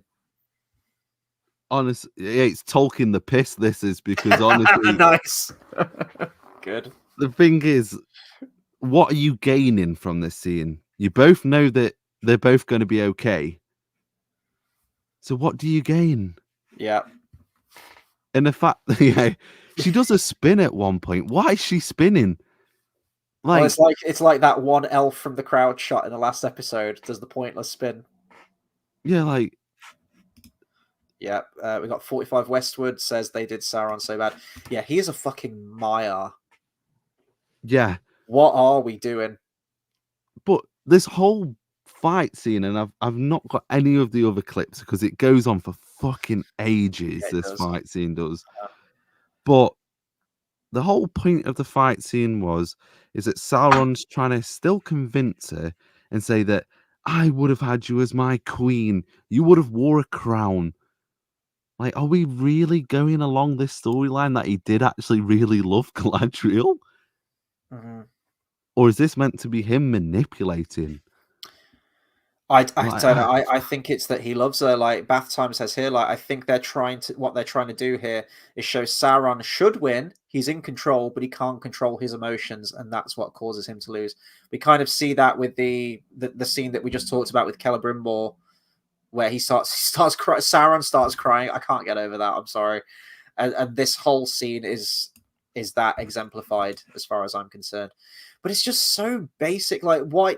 She's an elf and he's Sauron.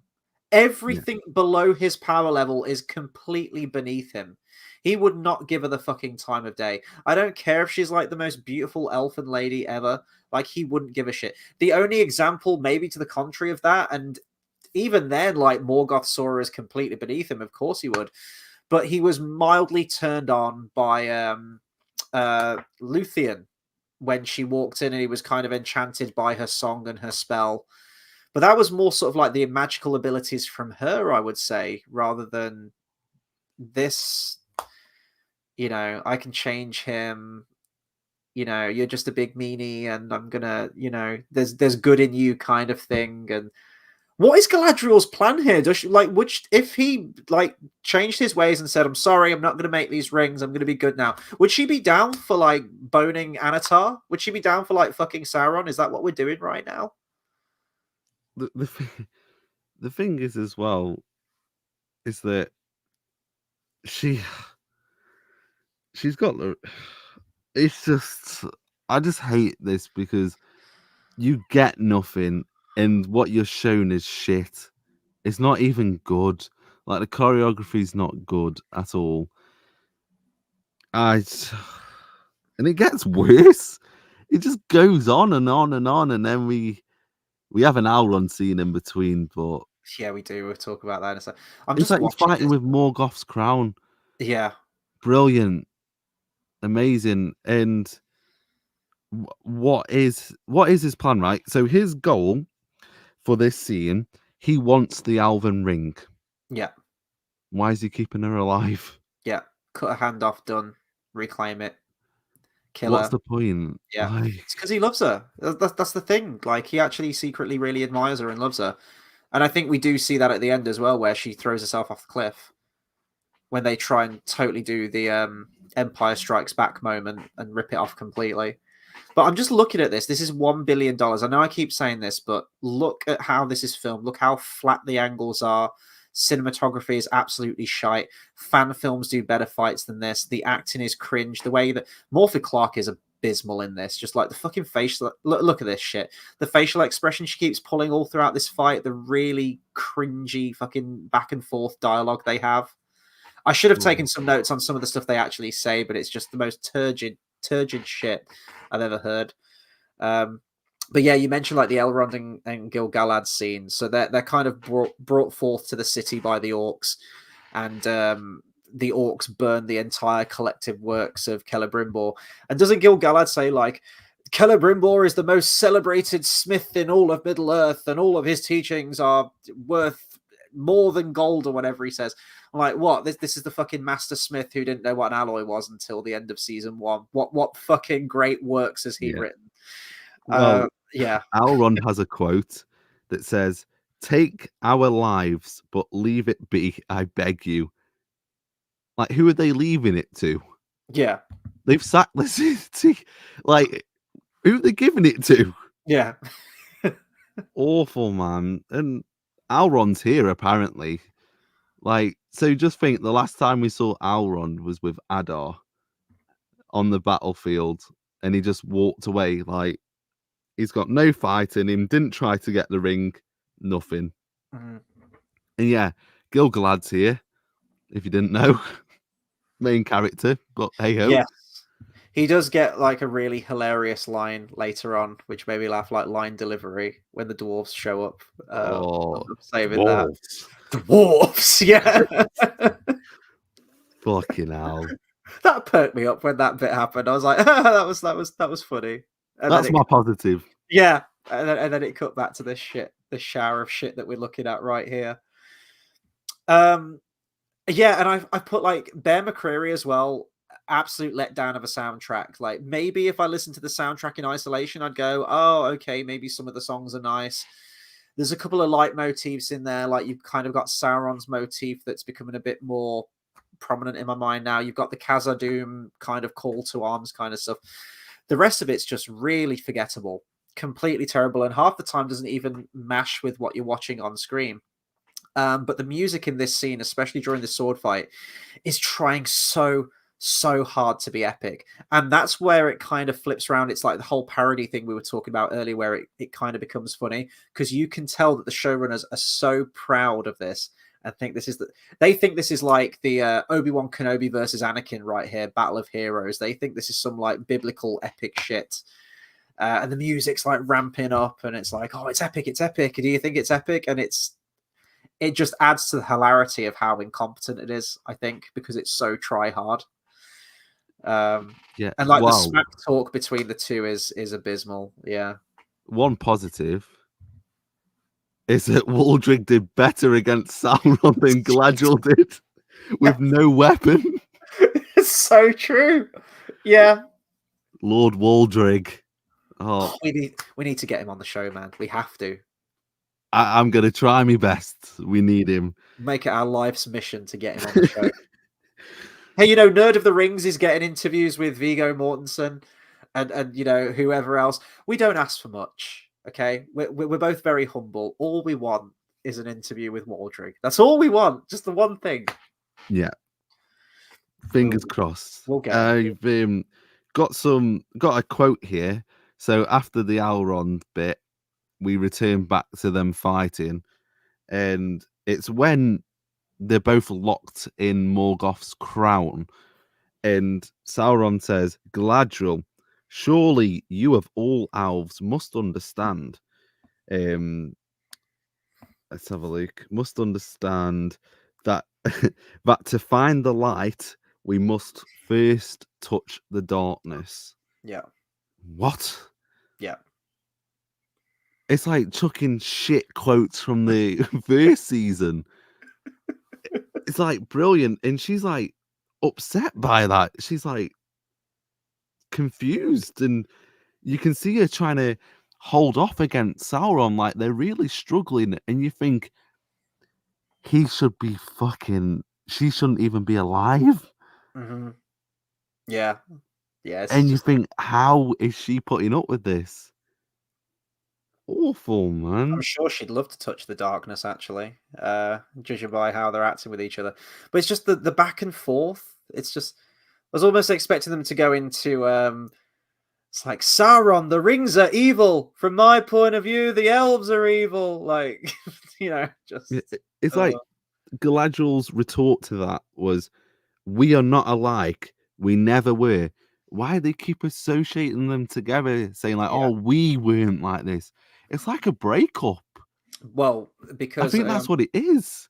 100% is a comment from Tyrellinian here that has a direct quote from Entertainment Weekly saying it was really important that we felt the tension, the provocations, and how destabilized she felt because I can't talk, and how destabilized she felt because she was very much in love with Halbrand.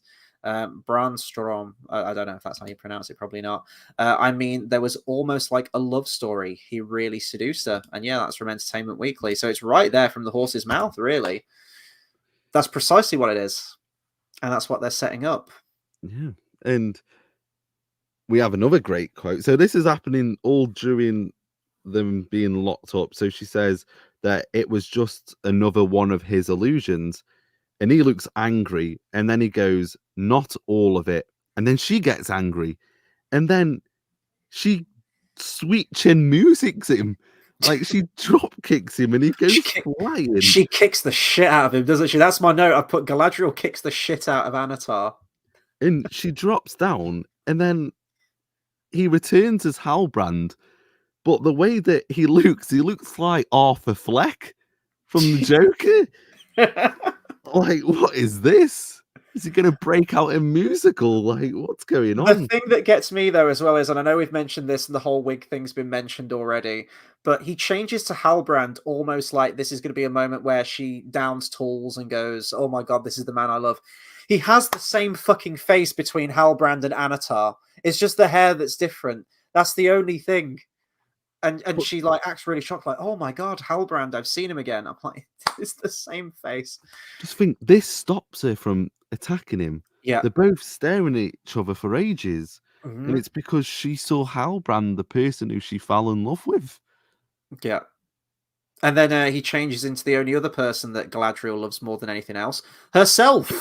Changes to Galadriel. I thought, of course, he can fucking change to Galadriel. You know, welcome to 2024. So now there's going to be articles like, "Oh my god, it was so progressive," and Sauron is gender fluid, and all this shit. Like, yeah, it's all going to be that. And then he changes. Celebrimbor gets one last hurrah, and he changes into Celebrimbor, doesn't he? Right before the Why? end. So. Why Calibrimple? I know. And you get a brilliant quote. So when he's Halbrand, he says, "Fighting at your side, I felt if I could just hold on to that feeling." And then it just cuts. Like, it doesn't say anything else after that. Like, What what? what was the whole back and forth where they're like, "The door is open. No, the door is shut," or something. I was like, "Oh god, are we doing the way is shut?" kind of thing. I don't know. I just, I just put, how is Sauron struggling in this fight? Like, is he pulling his punches? Like, we've talked about that already, that he's deep down seriously got feelings for Galadriel, but even that, just to entertain that in terms of a lore perspective, is utterly preposterous that would even enter his mind.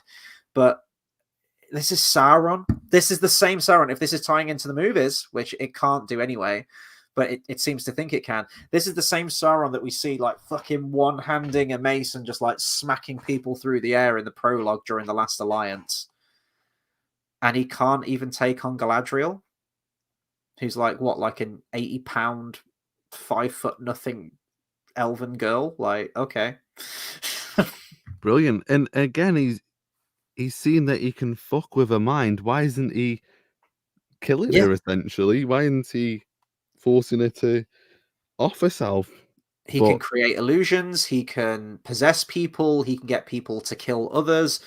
He can force throw people like Medania off the wall in the other oh episode. god. All of these powers, and he's not using them. Yep. Uh, amazing, isn't it? Yeah. Right, so right after this, I've just got a note saying that Galadriel stabbed, and Sauron kind of confesses his love for Galadriel during the scene. I guess that's probably the bit where he said, like, I would have set you up as a queen, or whatever he said. I would have gone to the ends of the earth, or whatever he says. And then, did you clock this as well? Like, Morfydd Clark, like, does this, like, strained... There he is. There's the man. Morfydd Clark does this, like, strained voice, and it sounded like really nasally and like really high pitched. I can't describe it. I'm gonna have to watch the episode again. But her voice like completely changed. Did you notice that at all? Where she was getting like riled up or she was injured?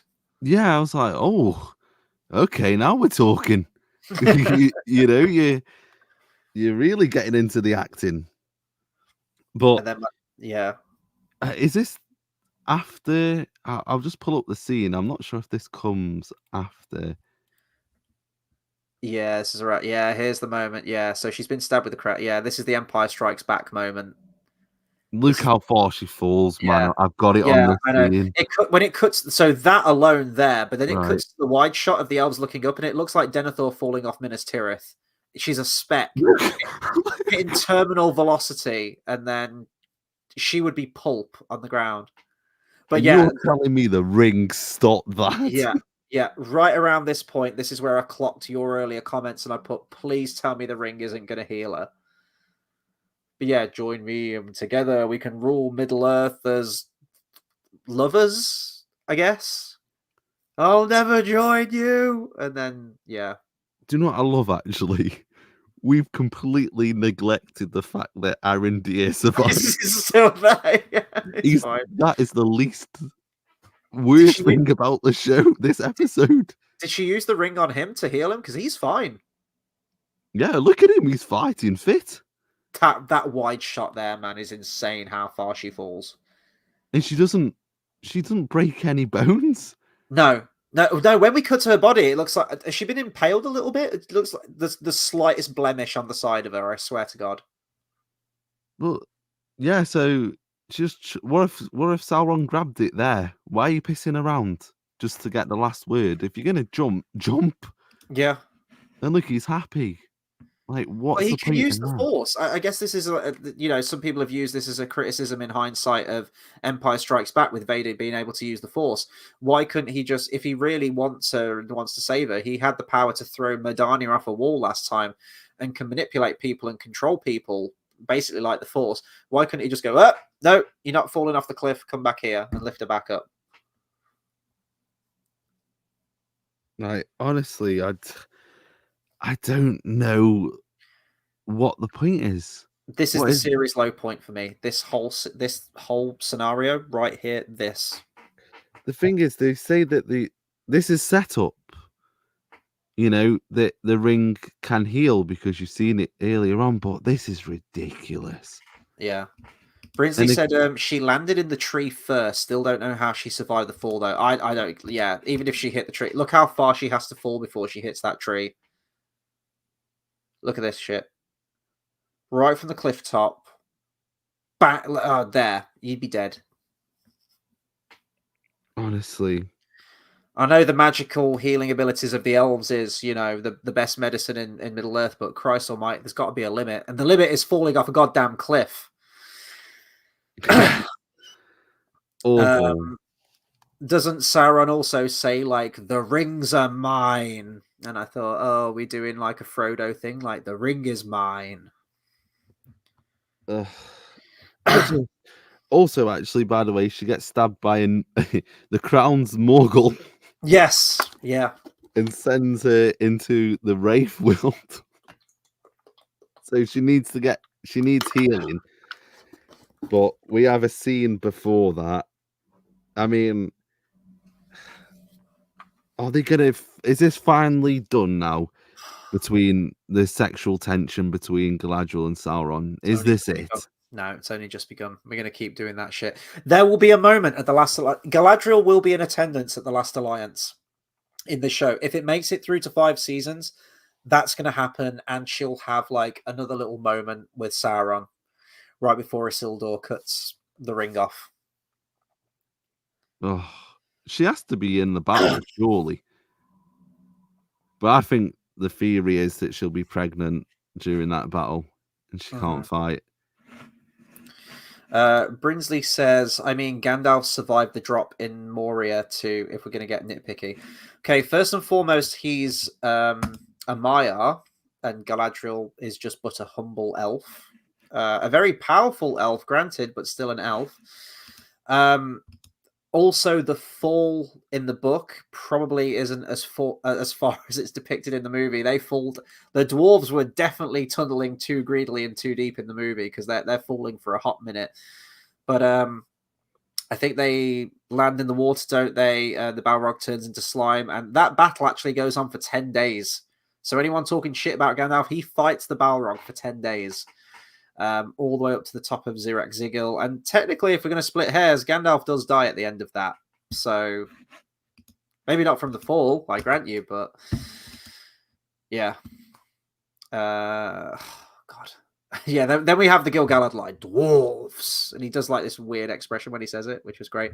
And then the dwarf rocks up and the armor looks so bad. And I know we've seen this armor before. I think we saw like Prince Durin's kids like rolling about with these like massive fucking heads, like the helmets they have on, but the armor looked so cheap. It looked really it just like made of plastic or something, him just like rocking up.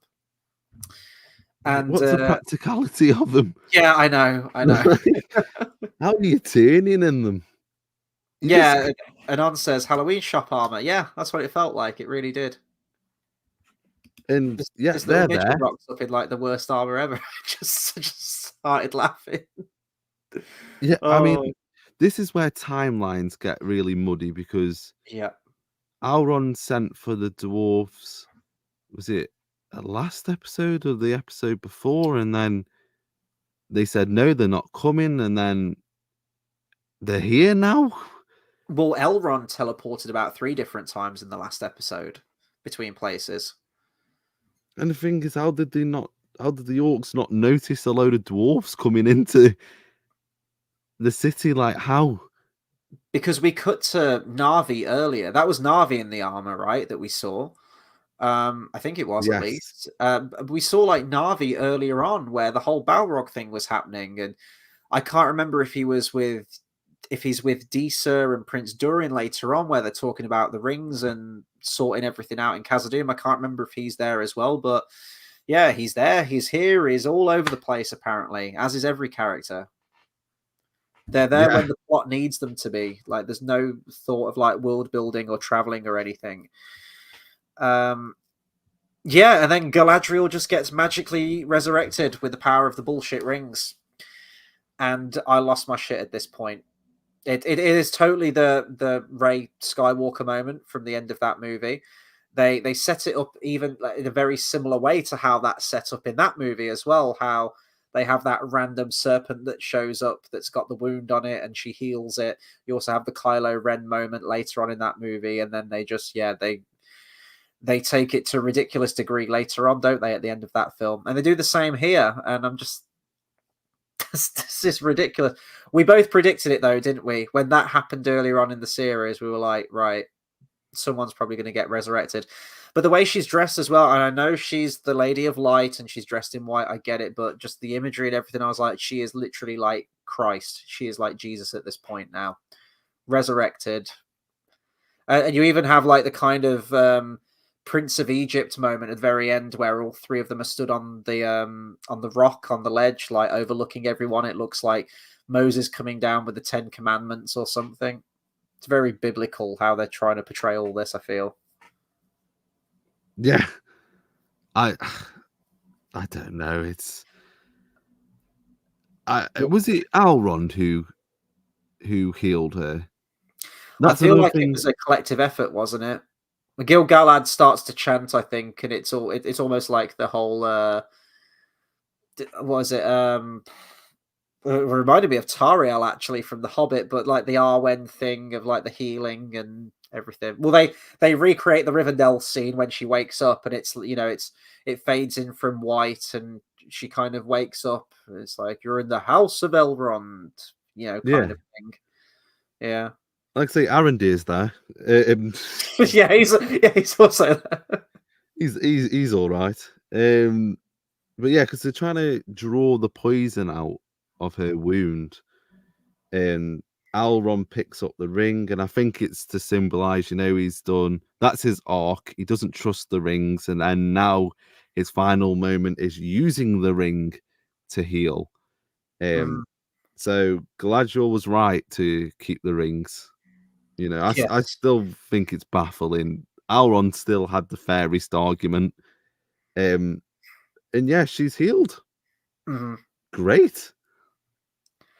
So it means we get at least 3 more series of Morfydd Clark. Aren't we lucky? Aren't we lucky viewers? But how do you get... Because I'm guessing they've got to make her more humble now. Well, they said that this series was meant to do that, didn't they? I think they said. Yeah. Are they going to say, like, she's injured now, and that because of that injury, she can't fight now? She can't go on that level that she used to. I don't know, but she's got to just think, right, actually, Celeborn's got to be introduced into this somewhere.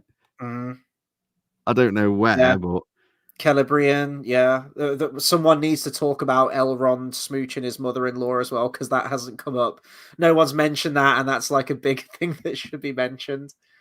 I don't know, man. Like at the end when you have like I don't know. To me, they should have killed Arondir off, because like that final shot, it's like the power of the 3 rings is exemplified on that cliff top, looking over at all the elven peoples, and you have like the 3 elven rings of power with the 3 bearers, and then also Arondir's there doing sweet fuck all as he always does, because he's just a nothing character.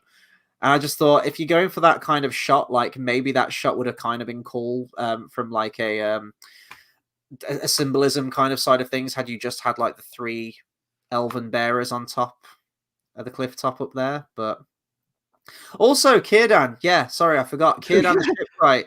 What did he get up to this season? Remember when they introduced him and did nothing with him? yeah, he was brilliant. What did he... So he tried to dispose of the rings, and then he had a shave. Yes. Brilliant. And they quoted this as him being the Gandalf of the season. Oh, they did. That's right. Yeah. Where is he? Not the actual Gandalf of the season, because they... Yeah. Oh, we get Grandalf's reveal. Let's move on to it. So we're back to the halflings in the stores. Hang in there, guys. We're almost there. We're in the last couple of scenes now. Halflings in the stores, and oh god, in another attempt to recreate the Peter Jackson films, we have Poppy trying so desperately hard to do the whole Samwise voiceover thing over the final kind of like tie-up of the movie, all the different montages of everything happening. As a side note, why do the halflings have to have so much makeup? Have you noticed like that there was a close-up shot in this episode, and maybe even I noticed this in the last episode too, that the halflings were in? But Poppy and Nori look really heavily made up this series. Like full on mascara and eyelashes and like loads of foundation. Did you notice that, or was that just me? Poppy looks like she's full on done. The makeup's done. Yeah. And yeah, like the faces look pretty clean and pristine. I mean, look, fucking Harvey over here. Fucking Poppy and Harvey, they're together. Remember that? Do you remember that they're a couple? Yes. Apparently. Yeah. But what the Harfoot storyline been? That's probably the best question of the whole series. They're gonna find a home. Oh, they've left. Yeah, well, they leave. Open. They leave with the stores, don't they? So, do you think season 3? See, I thought this was them writing out, or at least giving themselves an out if they don't want to bring Poppy and Nori back. But you did mention about that whole prophecy with the Shire thing. If they do bring them back, do you think it's going to be the stores making a pilgrimage to the Shire, and we get the Shire in season 3? 100%. They're going to be in it. I didn't think they'll be in. I didn't think Poppy would be in this season. No. But she was, so they're definitely going to be in it. And we're going to be seeing the origins of the Shire. And like, say, you have this speech and you're meant to... I mean, do you remember the feelings that you got when you heard Sam's speech, They're trying to do that with this, but it just doesn't work because you don't care, really. Like, wow. Well, Kahina mentions that I never liked that Sam thing, largely invented. I remember watching the behind the scenes, and I think they mentioned when they wrote it, they were very aware of the fact that this could go down like a lead balloon. Like, this could be very hokey if it's not handled right. It could be a bit sort of like saccharine sweet and a bit cringy kind of thing. I can't remember the exact words they say. But when they heard Sean Astin's delivery, they were like, yeah, this is right. This works. And that whole there is some good in this world, Mr. Frodo, and it's worth fighting for. And what I love most about that, they talk about this in the editing as well, because I think they messed around with like placements of scenes. Gollum's reaction right after that, like that speech really gets to him as well. And we as the audience are aware of that shot placement and the power of editing and cutting to Gollum's reaction after that. I think it's really necessary, and I know that they had to sort of move things around with the Two Towers in order for it to be that middle chapter. But I don't know. I for me, the ending voiceover really does work at the end of that and really helps to tie everything up. I love how it like melds into Bernard Hill, like victory, we have victory. I love it. I love it so much. So no, I disagree with you there. I really like that Sam speech. I don't like the knockoff Sam speech in this because it's like, yeah, you come to the end of it. It's like, well, what have we achieved? What have we done? Yeah. We cut to the dwarves throwing a funeral for King Doran. I'm there like, hello, there's a fucking Balrog in like the next room. What are you gonna do? You haven't got time to be throwing a funeral. You need to get the fuck out and evacuate and reconvene. What are we doing? It's business as usual. You have a major problem. You got a Balrog. How are you going to deal with that? They don't mention it again, and we talk about how there's some dwarven lords that want payment and want to be the lords and king Khazad Dûm. So yeah, brilliant. They need to address it. They need to move everyone as close to the top as possible because it's an issue, and this is why when you come up with this stuff, this contrived stuff, and you just chuck it out there because it looks good and pretty, you get these plot holes. So they need to address it. Yeah, they really do. Yeah. Let's see, and then we just get a shot of Elendil riding off as well on a horse. So he's off on his merry way. There's probably a few other shots that it cuts to, but I was so checked out of this and just really kind of pissed off that they were doing the whole Sam thing that those were the only ones that I wrote. But there is a great quote here, and I think this might be Poppy who says this during the speech. And to me, sums up the whole show, sums up the entire Rings of Power and what it may continue to go on to be. What's broke is broke and won't fix. I'm like, yeah, that's the Rings of Power. There is no turning this ship around. If a new showrunner came in next time, I don't care. This is the foundation. 2 seasons. It's fucked. The whole operation is kaput. What's broke is broke and won't fix. And I thought, yeah, I'm going to take a note of that one because that's how I feel about things. We do.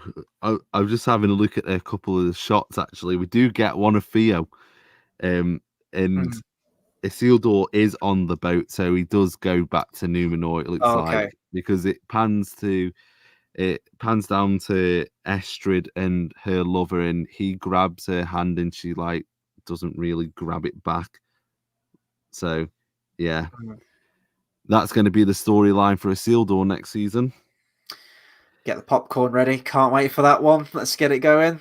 Right after this, we got Grandelf, which we've kind of already given our opinions on, but the whole scenario of this naming thing of Gandalf and the fact that they've been a 2-season journey to give a character we already knew which character it was, his staff and his name, a staff that he didn't even need, and a name that we knew from his entrance in episode 1. Yeah. It's just a waste, man. Just a waste. Like, literally, what has he done? Yeah, what's been the purpose, man? We already knew this information. It should have been done episode 1. You do it then. Don't drag it out. And like the comment said earlier on, is he going after his hat the next season? Like his pipe?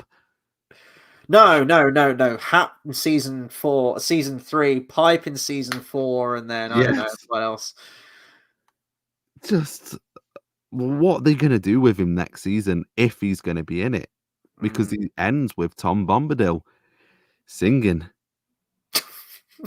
Oh, wow, brilliant.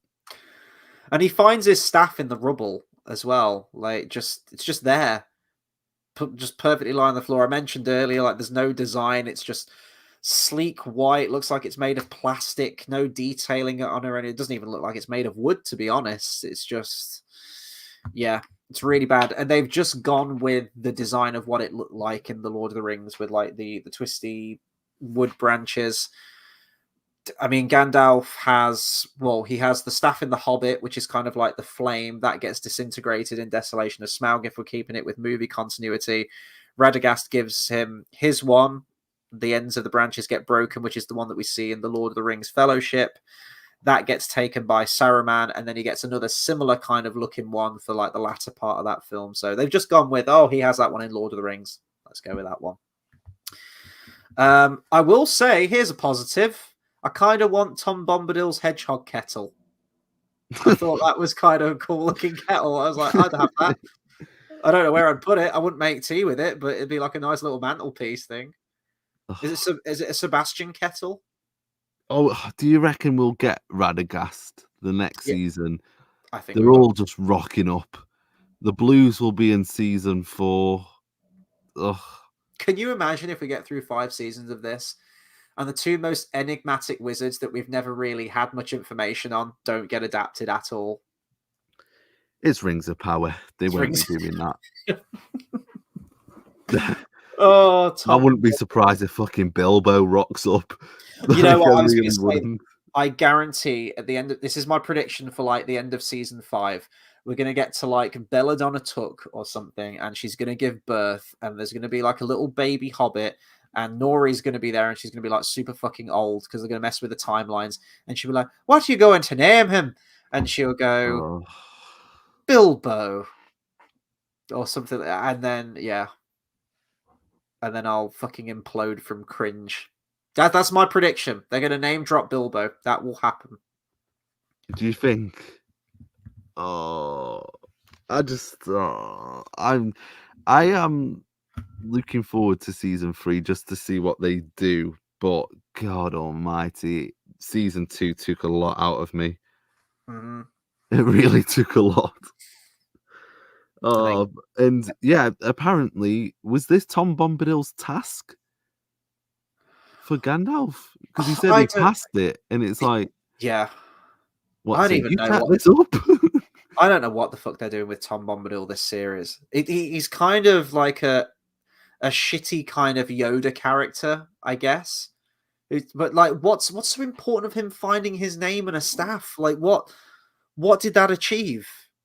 What did that do? And then he's just talking in riddles the whole time, and he's just like, "Well, that's for you to decide now, isn't it?" And he's like, "I was meant to follow my friends. This was all a test, wasn't it, to prove that I didn't just seek power or whatever it was." Or Why is Tom so involved? I know, I don't know. What is Goldberry? Is Goldberry just like a? It feels like that. Oh, what was it fucking called? The James McAvoy movie Split. Is Goldberry actually like a personality of Tom Bombadil? Is it like Patricia or something?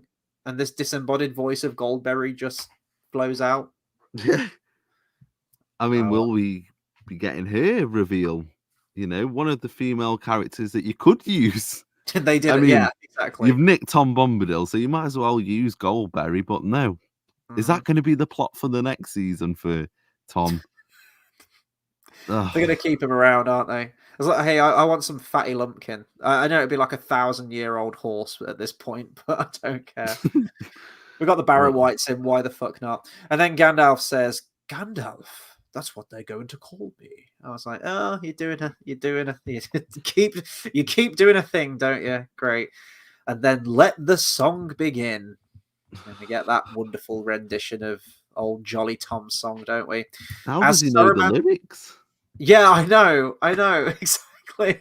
he's just singing along fully. It's like, okay, right. Is he sung the song that many times to him that he's like, all right, then I'm just going to join in?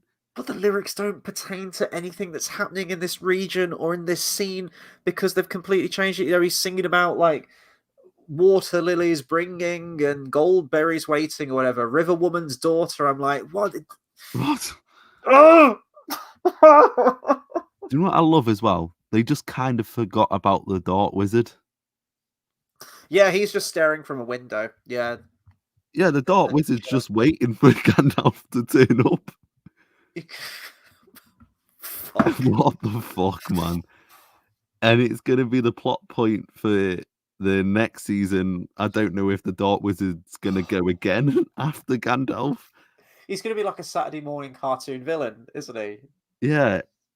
I'll get you next time, Gandalf. Yeah, I think. Yeah. It's like, this is Scooby-Doo shit. Like, what?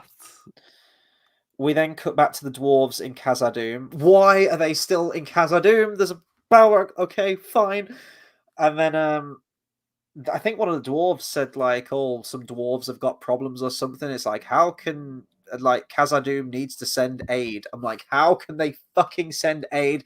There is a Balrog in the other chamber that's still really pissed off and just killed your king. Why aren't we doing anything about that?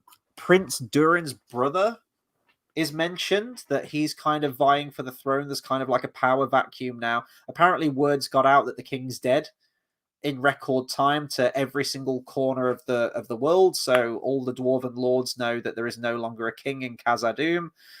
And hearing about this power vacuum, Prince Durin takes one look, like pregnant pause, and looks at the rings. And yeah, he's probably going to go down the same path. Which means after wearing it for like 5 minutes, he's going to be like, you know, cuckoo for Cocoa Pops by the end of it, like his father. So again, that's probably going to be the plot point for the next season. Yeah. Because what are they going to do with the dwarfs? What are they going to do with the dwarves? Yeah, well, they've shot the bolt with the Balrog, so we've got like at least another 2 and a bit seasons to cover probably before we get to the Balrog again. Yeah. And then the final scene, yeah, Galadriel wakes up and it's ripping off more Lord of the Rings scenes with Frodo waking up in Rivendell.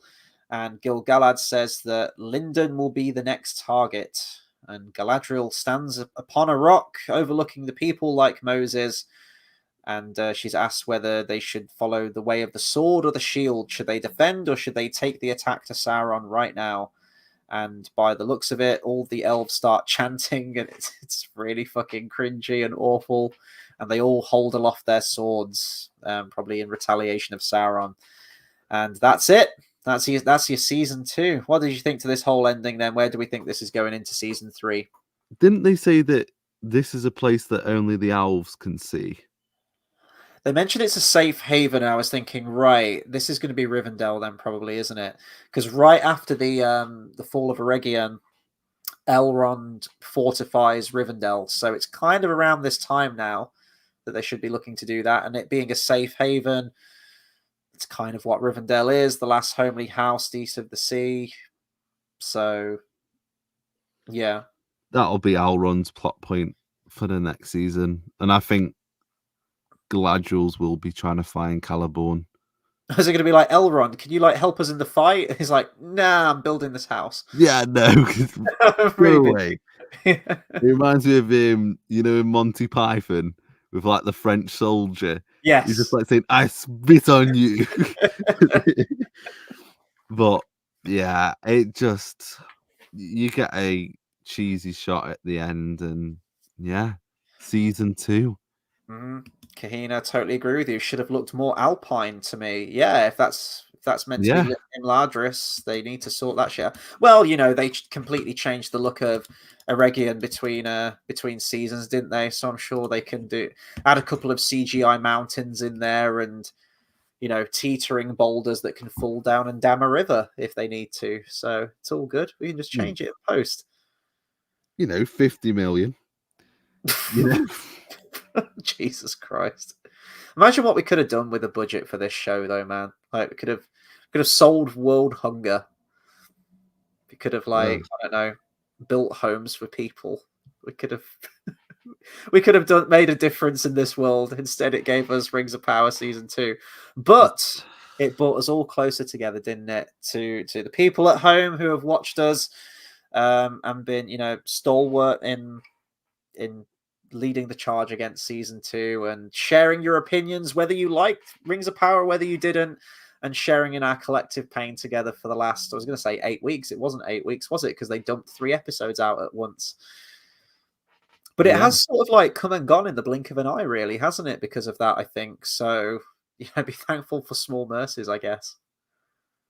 I just found it baffling that they dropped 3 episodes in one go, but I think that was to inflate the numbers.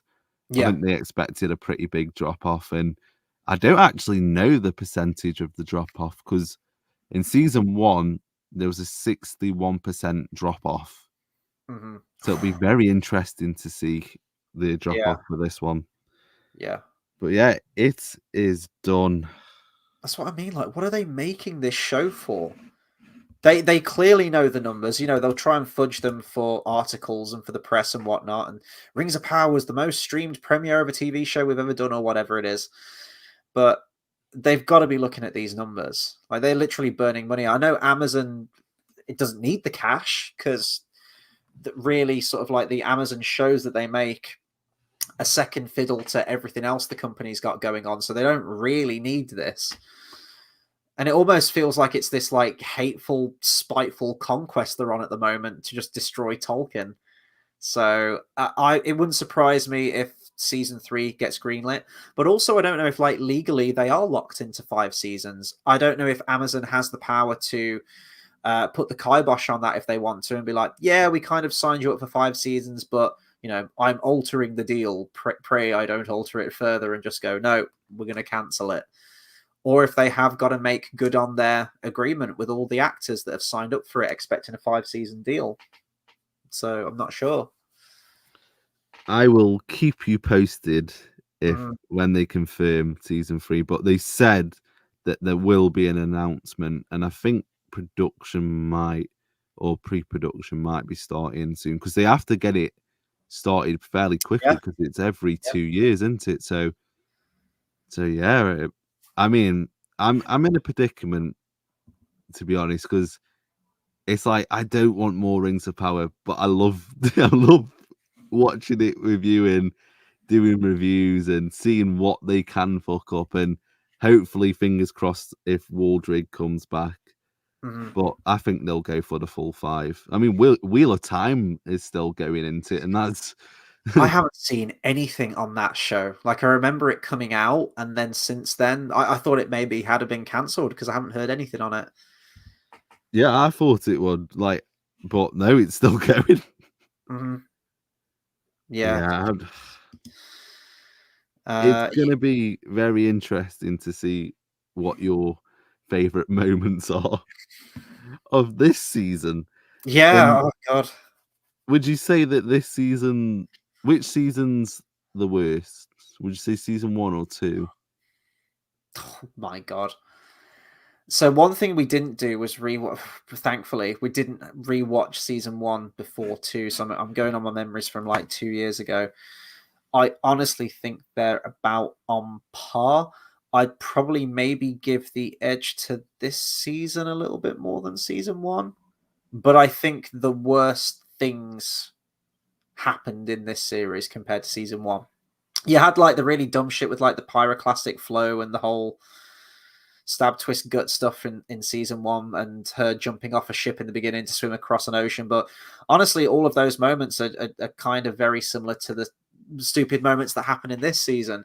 You have the really cringeworthy Galadriel and Sauron fight, but honestly, they're kind of on the level for me. It's like asking me which do you think is the best of the sequel trilogy. I'm like, my answer's complicated because they're all about as bad as each other for different reasons. I'd probably give a slight edge to this season, maybe for like performances of like King Durin and Prince Durin and some funny Celebrimbor scenes. That's about it. I would agree. I was so bored of season 1. Like, yeah. with this, I at least got invested. Like, I was. There's some episodes that weren't boring. Like, I think it was episode 5. It wasn't a good episode, but I wasn't bored. Yeah. And it felt okay-ish. But this season got me more angry. I think they fucked with the lore a lot more in this They did. season. And I Yeah. think the problem is season 1 set up a load of problems and they didn't address them in this season. Mhm. They kind of made it worse. So, yeah, I don't know. For entertainment-wise, I'd say season 2 was better. Yeah. For story and writing, season 1 was better, and that's not by much. Yeah, it's a thin margin. Yeah, no, I would agree with that totally. It seems like a lot of other people in the comments are agreeing with us as well. First off, Keena says, well, you've gotten a new sub. That's great. Thank you very much for subscribing. Yeah, I didn't know if we were going to have like a bit of a clash at the beginning, I must admit, but I'm glad you stuck around and thank you for sharing your opinions. Even if you don't necessarily agree with all our opinions, that's totally cool too. But thank you for subscribing, and we'll keep the streams coming. Brinsley says, I'd rather get 13 seasons of this just so we can keep the streams going. Well, fear not. Like, we're going to have a chat. I'm sure we've got plenty of other Lord of the Rings theme videos that we can do in between. Anon suggests maybe do some streams on the other Lord of the Rings versions.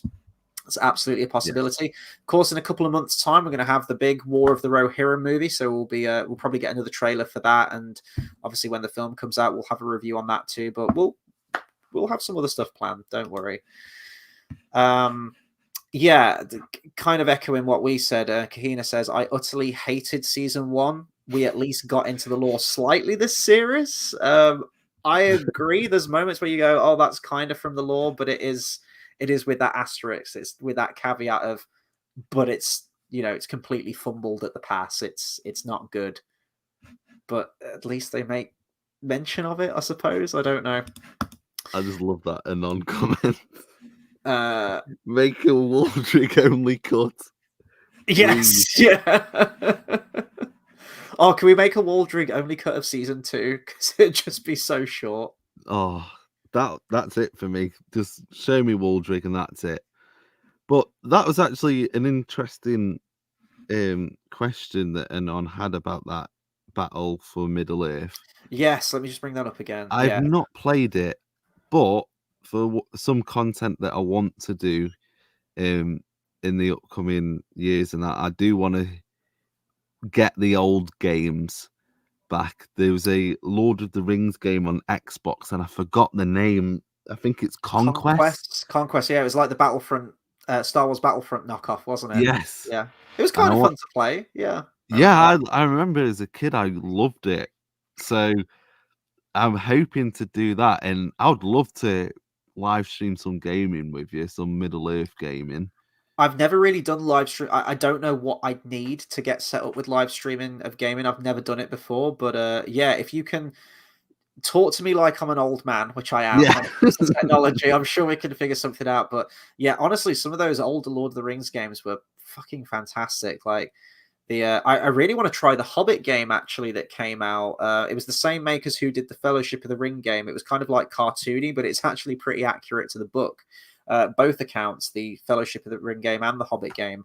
And then, of course, you had the Great Two Towers game and the pinnacle of Lord of the Rings gaming for me, the Return of the King video game, which I put countless hours into. The very underrated but very silly Third Age game as well. I enjoyed playing that, the turn-based RPG style. Yeah, there was looking back, there's some pretty good Lord of the Rings games. And then fairly recently, some fucking terrible ones with the Lord of the Rings Gollum, for example. But let's play that. Yeah, Lord of Ring, Lord of Ring Gollum.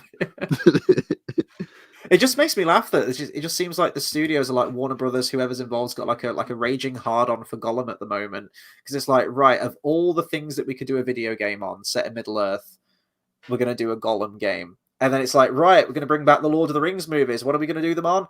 The Hunt for Gollum. I'm like, wow, okay. I'm seeing a pattern here between the two. Yeah. But yeah, I'd look if we can get some gaming stuff going, that would be fun. I'm not a very good gamer though, but maybe that would be Same. the entertainment of it. So, oh, we're both. Oh, okay. There you go. I'm awful. Let's see. Oh, Kahina's talking about Star Wars. Well, I hated the sequels too. Phantom Menace was a total and utter shit show. I mostly agree. There's some redeeming things. Actually, we've got Star Wars reviews up on the channel, me and Dale. So check those out. We've done all of the prequels, and we've done A New Hope and Empire Strikes Back. Tuesday next week, we've got Return of the Jedi, and that's it. We ain't going to go and watch any more. So don't expect an episode 7, 8, or 9 review, because it ain't happening. You've got my opinions on this stream right here. It's a shit show. Kahina says, like, the Celebrimbor and Anatar stuff worked for me. I lost my father that night, so I'm a bit out of myself. Oh, God, sorry. That's horrible. I hope you, well, I can say I hope you're okay. I mean, when that happens, it just rocks your world, doesn't it? But yeah, just take it a day at a time. But no, I mean, if it landed with you, then, you know, that's absolutely fine. If you enjoyed some stuff from the show, if it was a nice bit of escapism, that always works. We unfortunately didn't take so kindly to the show, but yeah, if there's any bits, if there are any positives, we'll always mention them. But just for us, as anyone who's watched these week to week, you can understand we didn't find many. We tried to come up with one every episode though, and I think for that we had a success with that.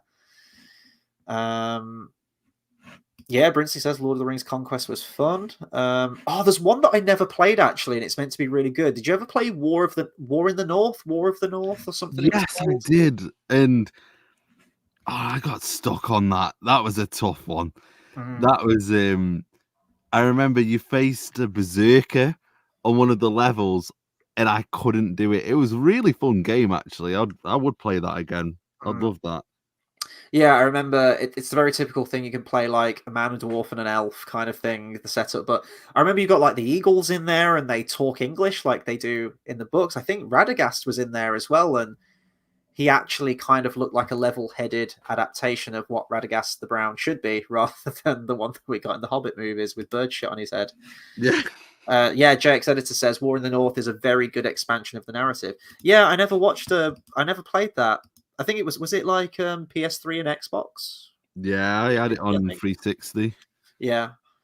I'm trying to think of any other Lord of the Rings games. That one just popped into my head. Oh, well, Lego Lord of the Rings was fucking outstanding. Loved that one. Yes. There's a new one, isn't there, at the moment called The Tales of the Shire? I think that's coming out. I think that's... I don't know what type of game that is, but... Tales of the Shire. And there's a Moria one, wasn't there? Yeah, they got John Rhys-Davies to come back, didn't they? And he voiced something. Tales. My keyboard is not working. This is not helping.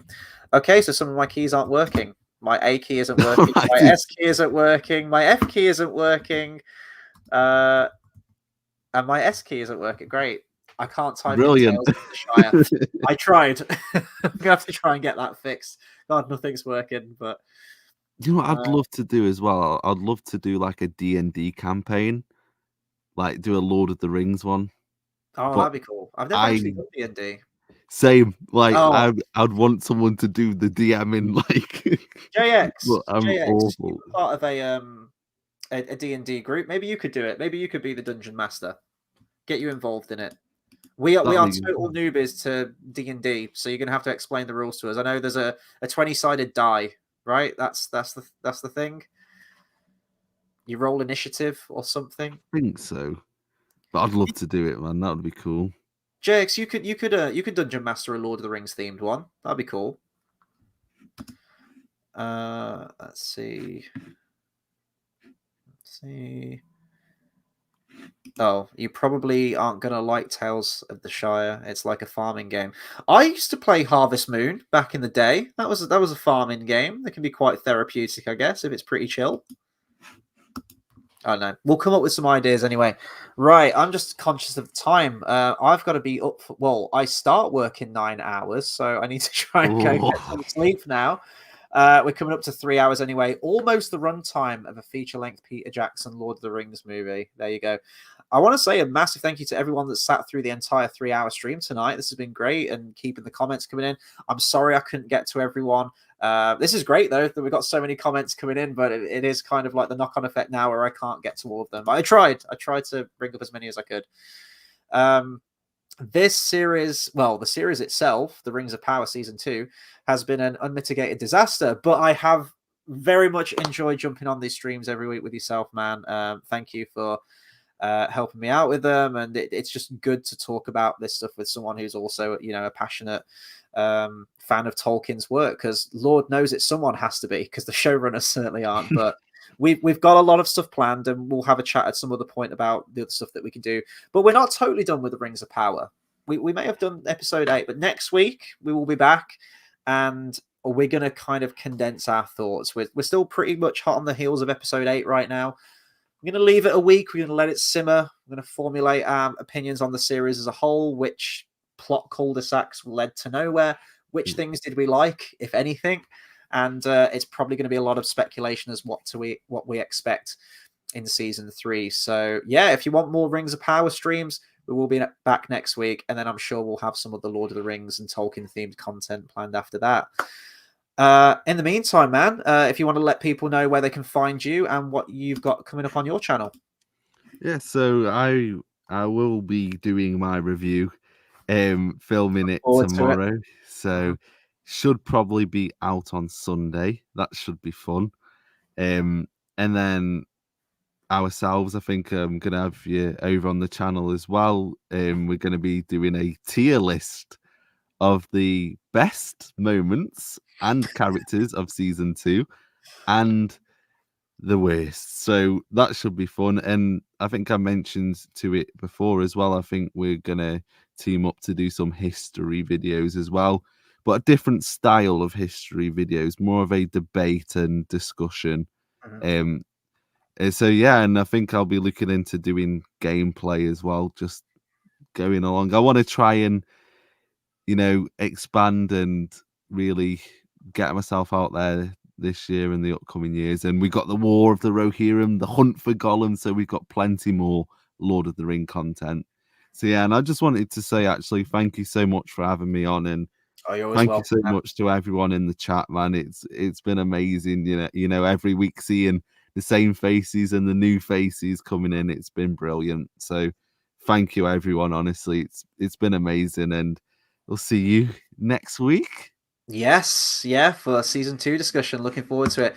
You're welcome anytime, man. You're basically you're part of the channel now, man. Come on, you're welcome here anytime. But yeah, if you like what you saw here, obviously head over to Everything Middle Earth's channel. His reviews are a lot shorter than these ones and more condensed, but my God, there are still some things that we haven't talked about. There's loads of stuff that we haven't talked about, and the jokes in them are always fantastic. The visuals, the editing, everything, he really puts a lot of work into them, whereas I'm just lazy and just hit live and just talk to a camera. He does all the heavy lifting. So yeah, head on over there.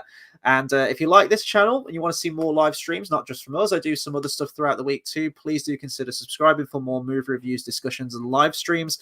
I'll be live again tomorrow, if you haven't got bored of me already, for a review for Joker, whatever it's called, Joker 2. I've heard, well, to be honest, I haven't heard a single positive review from everyone. It's not usually, you know, there's certain reviewers that I watch mostly on YouTube who I tend to side with more, but this is from everyone. This is from across the board. I haven't seen a single positive review, so that's going to be interesting. I'm going to be with Dale on that one, and we're going to be chatting all things Batman and Joker and how we think it holds up. And then we'll be live again on Monday for the new Disney review, which will be Meet the Robinsons. And then we'll be live again on Tuesday for Return of the Jedi review. And then we'll be going live at the end of next week for more Rings of Power. So yeah, busy stuff. Lots of stuff coming to the channel. And if you haven't done so already, or you're discovering this video after the fact, let us know your thoughts on the Rings of Power. Let's keep it to this episode, and let's save the big discussion for next week, because that's going to be a real fun one. But yeah, just a final thank you to everyone that's tuned in tonight. You guys are awesome. This is why we love doing this. And yeah, have a good night, everyone, and we'll catch you next week. Take care, everyone.